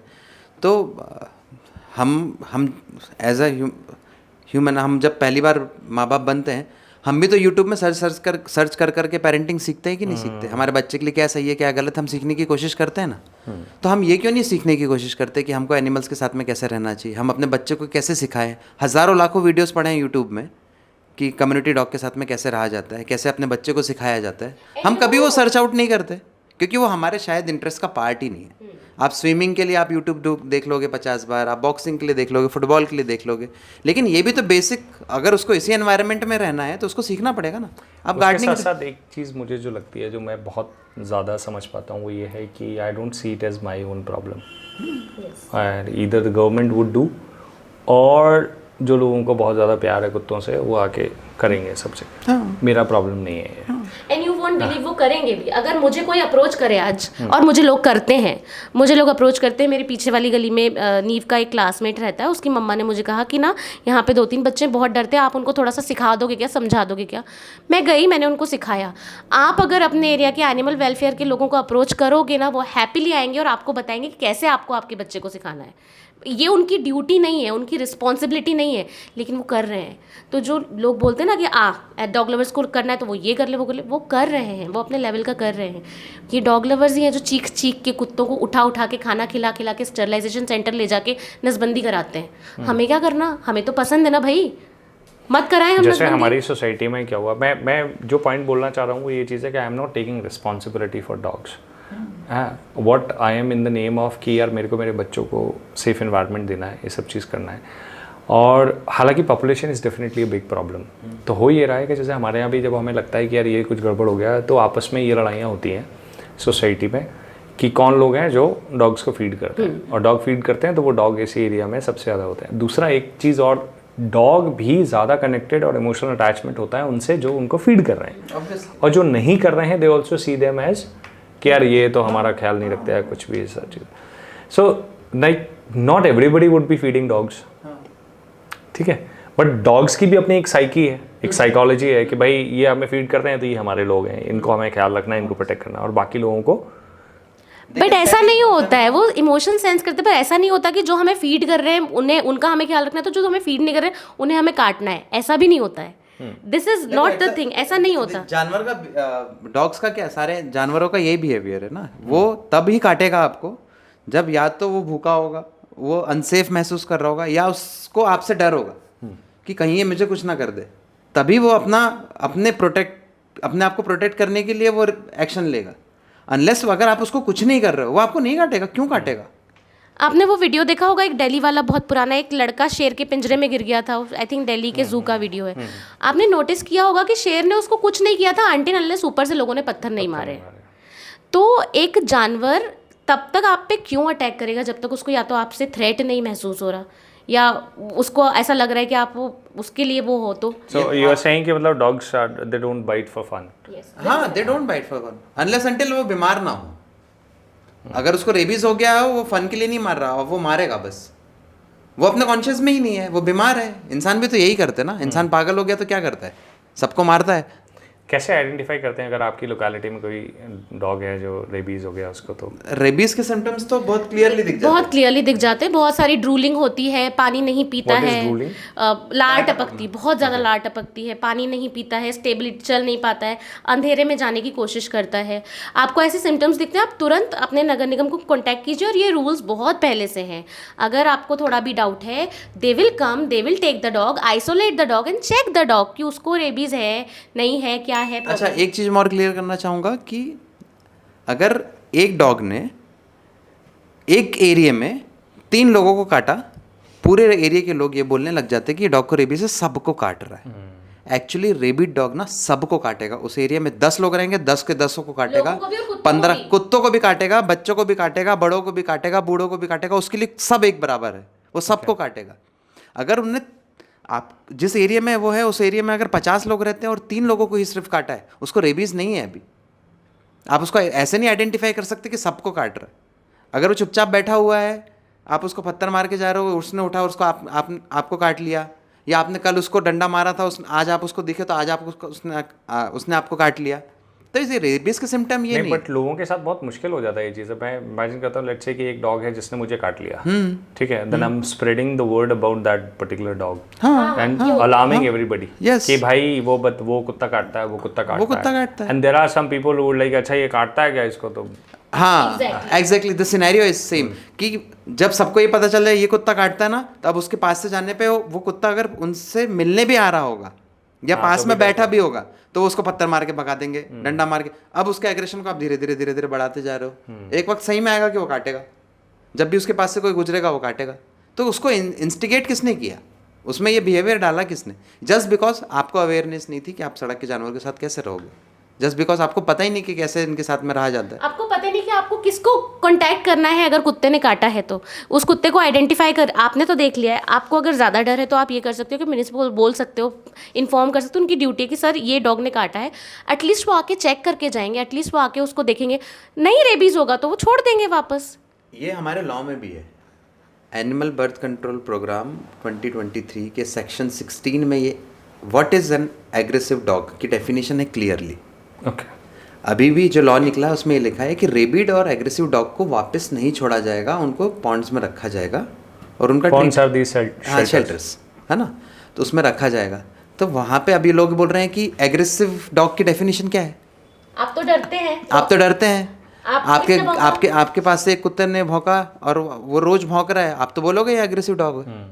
अब मैं एनिमल लवर हूँ या हम लोग एनिमल लवर साइड से हैं तो हम बोलेंगे ये एग्रेसिव नहीं है। तो व्हाट इज द लैंग्वेज ना, वो भौंक ही सकता है ना। अब हिंदी इंग्लिश तो बोलेगा नहीं, तो आप उसको एग्रेसिव डॉग कैसे बताओगे? सो अग्रेसिव डॉग की डेफिनेशन क्या है? तो एबीसी रूल 2023 के सेक्शन 16 पे एग्रेसिव डॉग की डेफिनेशन प्रॉपरली लिखी गई है। हम सिर्फ ऐसे कहने को एग्रेसिव डॉग्स नहीं बोल सकते कि ये एग्रेसिव डॉग्स है। इसके पीछे क्या उसकी बाइटिंग हिस्ट्री है रही है, क्या वो सबको काट रहा है या इंडिविजुअल 1-2 लोगों को काट रहा है जो इसको ज़्यादा परेशान कर रहे हैं।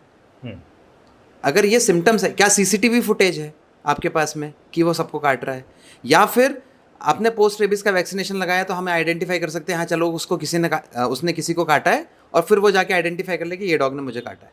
तो ऐसे क्या मल्टीपल सिनेरियोज हुए हैं, मल्टीपल केसेस हुए हैं? अगर मल्टीपल हुए तब वो एग्रेसिव है, अदरवाइज वो एग्रेसिव नहीं है। ऐसा पूरा डेफिनेशन हमारे लॉ में लिखा हुआ है। हम एक बार कुत्ता भौंक रहा है उसको भी एग्रेसिव बोल देते हैं, एक को काटा हम उसको भी एग्रेसिव बोल देते हैं। That is not right. Okay, अब मैं आपको एक वीडियो दिखाना चाहता हूँ और तुम एक डॉग लवर हो तो ये वीडियो जरूर देखना। ये वीडियो मैंने देखा है। मैं अग्री करती हूँ कि ये जो लड़के ने किया, जो गार्ड को मारा, इसने बहुत गलत किया। वो गार्ड सिर्फ शू अवे कर रहा था क्योंकि डॉग्स उसके पास आ रहे थे, and this is very wrong.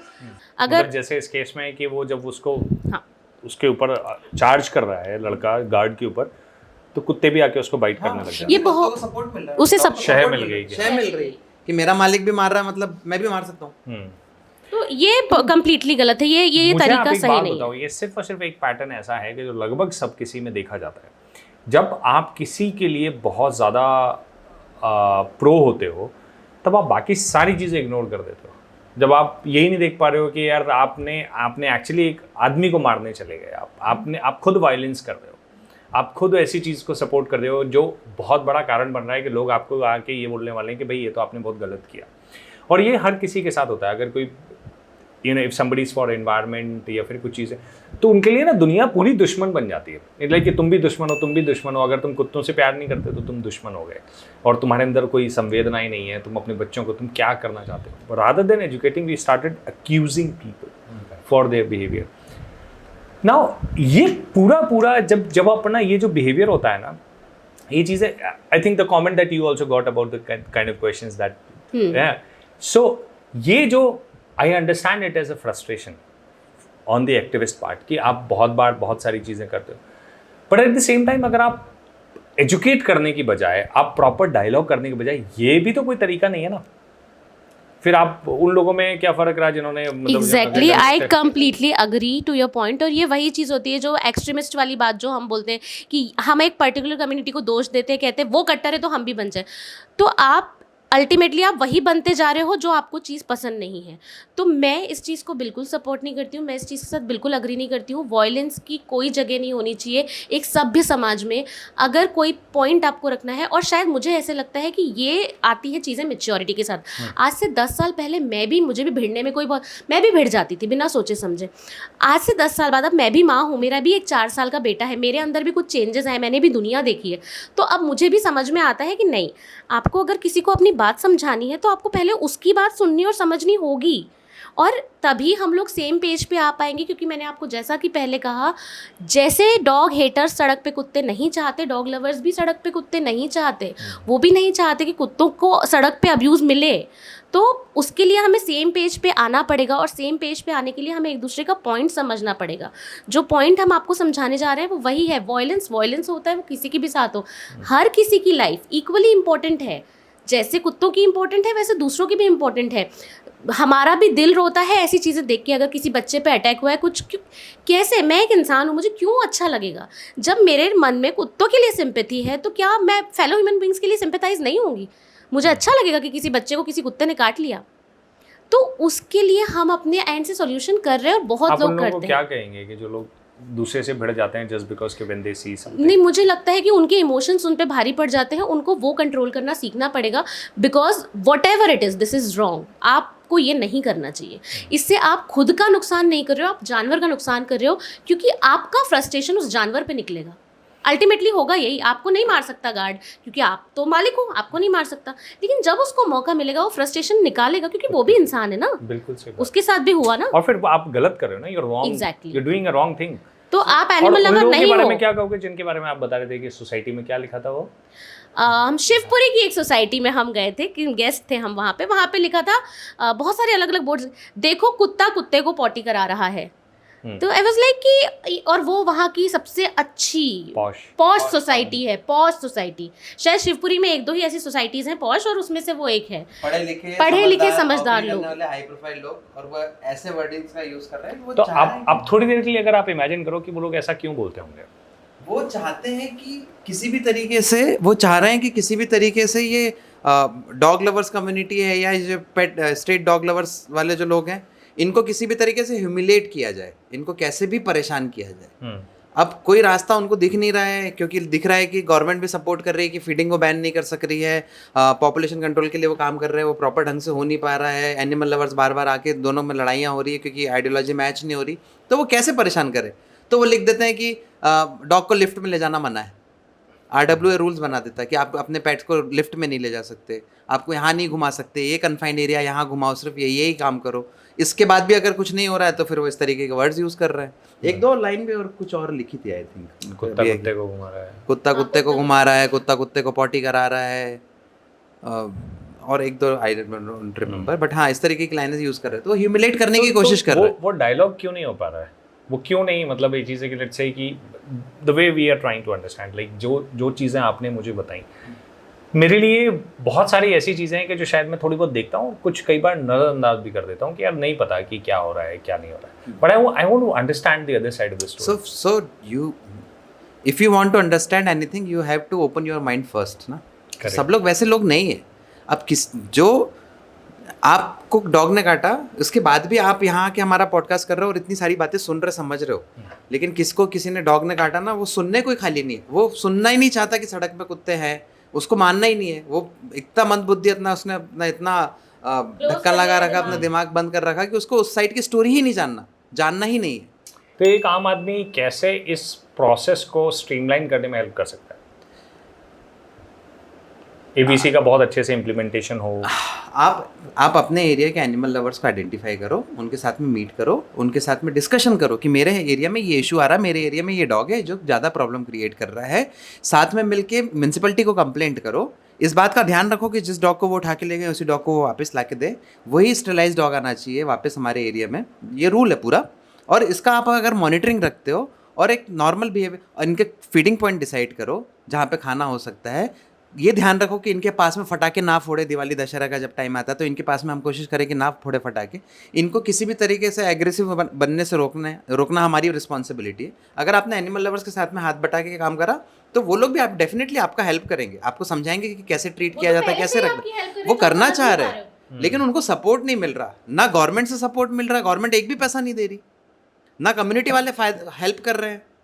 और ये अपनी आंखों के सामने रोज मरता हुआ केसेस देख रहे हैं। किसी डॉग को किसी इंसान ने मार दिया, किसी की आंखें निकाल ली, किसी के मुंह में फटाके डाल के फोड़ दिए, किसी की पूंछ में फटाके लगा दिया, किसी छोटे छोटे पपीज को पेट्रोल पिला दिया, सिर्फ जस्ट फॉर द फन।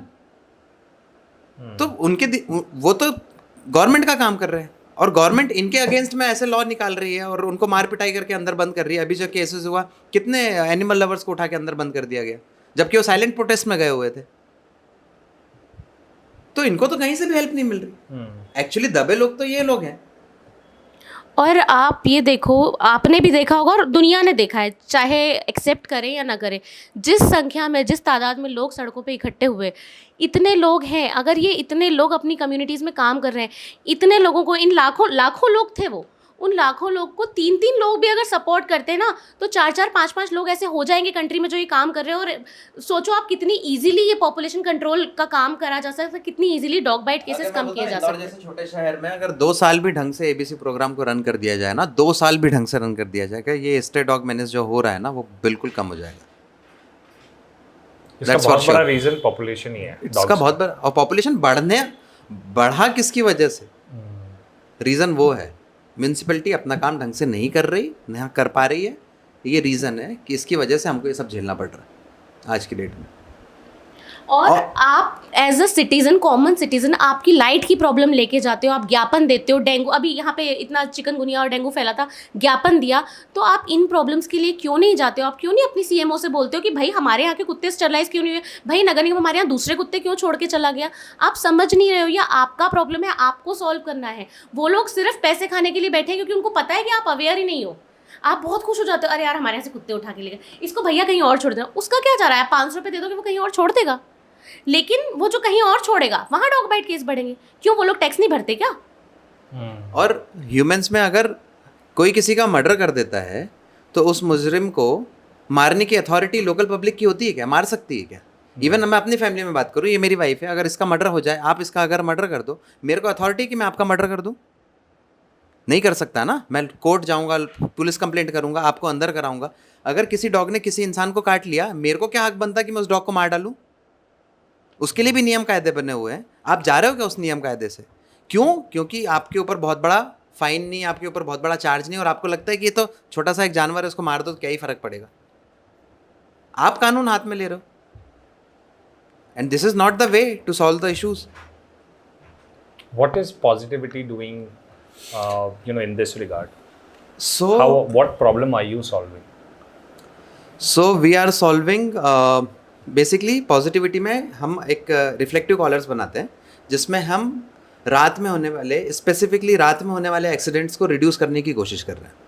हमारे रिफ्लेक्टिव कॉलर रात में चमकते हैं जब भी गाड़ियों की लाइट पड़ती है, तो इससे ड्राइवर्स को ये दिख जाता है कि सड़क में कोई बैठा हुआ है, तो इससे एक्सीडेंट रिड्यूस होता है।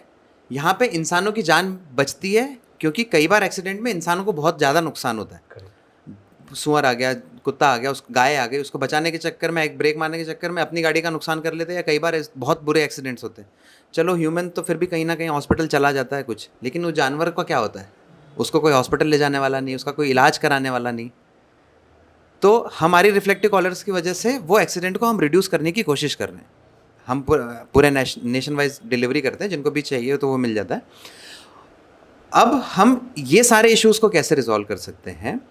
हमने अपने कॉलर्स को QR कोड लगाना शुरू किया। इस कॉलर में, QR कोड में, अगर आप फीडर हो तो आप अपने एरिया में जितने भी डॉग को फीड करते हो उसकी सारी मेडिकल हिस्ट्री को मेंटेन कर सकते हो। आप उसमें वैक्सीनेशन स्टेटस, रेबीज़ कब लगवाया है, ये डॉग किस लोकेलिटी का है, इसका केयर टेकर कौन है, ऐसी सारी इन्फॉर्मेशन को आप उसके अंदर फीड कर सकते हो।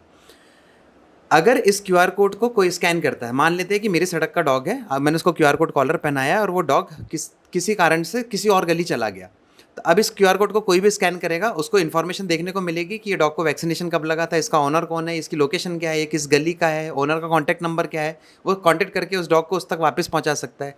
साथ ही अभी हमने एक नया फीचर इसमें इनबिल्ट किया है कि कोई भी QR कोड को स्कैन करेगा तो ओनर को उस बंदे की व्हाट्सअप में लोकेशन चली जाएगी डायरेक्टली, सो दैट कि अगर मेरा डॉग कहीं घूम जाता है, भाग जाता है, तो अगर किसी गली में किसी ने इसका स्कैन किया तो मैं एटलीस्ट ये जान पाऊंगा कि लास्ट लोकेशन क्या थी, मेरे डॉग कहाँ स्कैन हुआ है मेरा डॉग, तो मैं एटलीस्ट उस एरिया में जाके ढूंढ सकता हूँ। तो ये जो रीलोकेशन वाला जो इश्यूज़ है ना, कि डॉग को यहाँ से उठा के वहाँ छोड़ दिया, वहाँ से उठा के यहाँ छोड़ दिया, या कहीं भगा दिया, किसी और एरिया में भगा दिया, तो ये रीलोकेशन की वजह से डॉग बाइट केसेस भी बढ़ रहे हैं, उसको भी हम रिड्यूस कर रहे हैं।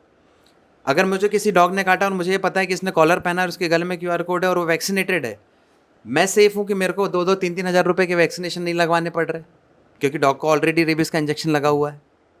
तो डॉग को रेबीज़ का इंजेक्शन 30 रुपये 20 रुपये में लगता है, मेरे को 3,000 रुपये में लगता है, तो कहीं ना कहीं कॉस्ट भी मेंटेन हो रही है।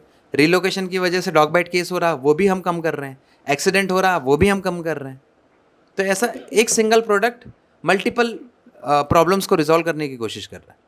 फिर हमारे कॉलर्स हम मैन्युफैक्चरिंग करवाते हैं अंडर प्रिविलेज वुमेंस के साथ में, तो हमने अभी तक करीब 150 वुमेंस हमने हमारे साथ में काम कर चुकी हैं जो ये कॉलर्स बनाती, तो हम कहीं ना कहीं वुमेन एम्पावरमेंट को भी वो कर रहे हैं, हम उनके लिए भी फाइनेंशियल असिस्टेंस प्रोवाइड कर रहे हैं। तो पॉजिटिविटी एक कॉलर एक इनिशिएटिव से शुरू हुआ था, बट एक कॉलर की वजह से ये मल्टीपल इश्यूज़ को रिजॉल्व करने की कोशिश कर रही है। अगर और हमारे साथ में बहुत सारी म्यूनसिपल कॉरपोरेशन भी साथ में काम कर रही है। अभी पुणे म्यूनसिपल कॉरपोरेशन हमारे साथ में जुड़ी हुई है, ले म्यूनसिपल कॉरपोरेशन ने हमारे साथ में काम किया है, तो उनको इसकी इम्पोर्टेंस समझ में आ रही है। तो डॉग्स के लिए और काउस के लिए भी, कैटल्स के लिए भी, दोनों के लिए। हाँ, तो इस पॉडकास्ट के माध्यम से, इस कैमरे के माध्यम से मैं एक चीज़ सारे एनिमल लवर्स के साथ मैं कहना चाहूँगा कि जिस तरीके से मीडिया सब जगह पे ये पब्लिश कर रहा है कि डॉग बाइट केसेस बढ़े हैं या डॉग हेटर्स को बढ़ाने के लिए इस तरीके की बैड न्यूज़ फैला रहा है या मैनिपुलेटेड न्यूज़ फैला रहा है, मैं आप लोगों से ये बोलना चाहूँगा कि आप लोग ज़्यादा से ज़्यादा उन केसेस के बारे में बात करें, सोशल मीडिया पे उन चीज़ों को पब्लिश करें जहाँ पे आपने सोसाइटी में बहुत अच्छा काम किया है, वहाँ पे स्ट्रे डॉग की पॉपुलेशन को कम करने की कोशिश करी है, आपके साथ में कितने लोग सपोर्ट में जुड़े हुए हैं, आप लोग किस तरीके से इस न्यूसेंस को कम करने की कोशिश कर रहे हैं, आपके जीवन में क्या क्या स्ट्रगल्स आ रहे हैं इस तरीके की चीज़, इस बैड न्यूज़ की वजह से या मैनिपुलेटेड न्यूज़ की वजह से। तो आप लोग इस तरीके की न्यूज़ को ज़्यादा से ज़्यादा पब्लिश करो, ज़्यादा से ज़्यादा शेयर करो, ताकि ये सारे इंसिडेंट को हम किसी ना किसी की तरह से दबा पाए। मीडिया हाउसेस अपना काम एफिशिएंटली नहीं कर रही है, वो one side of the story दिखा रही है।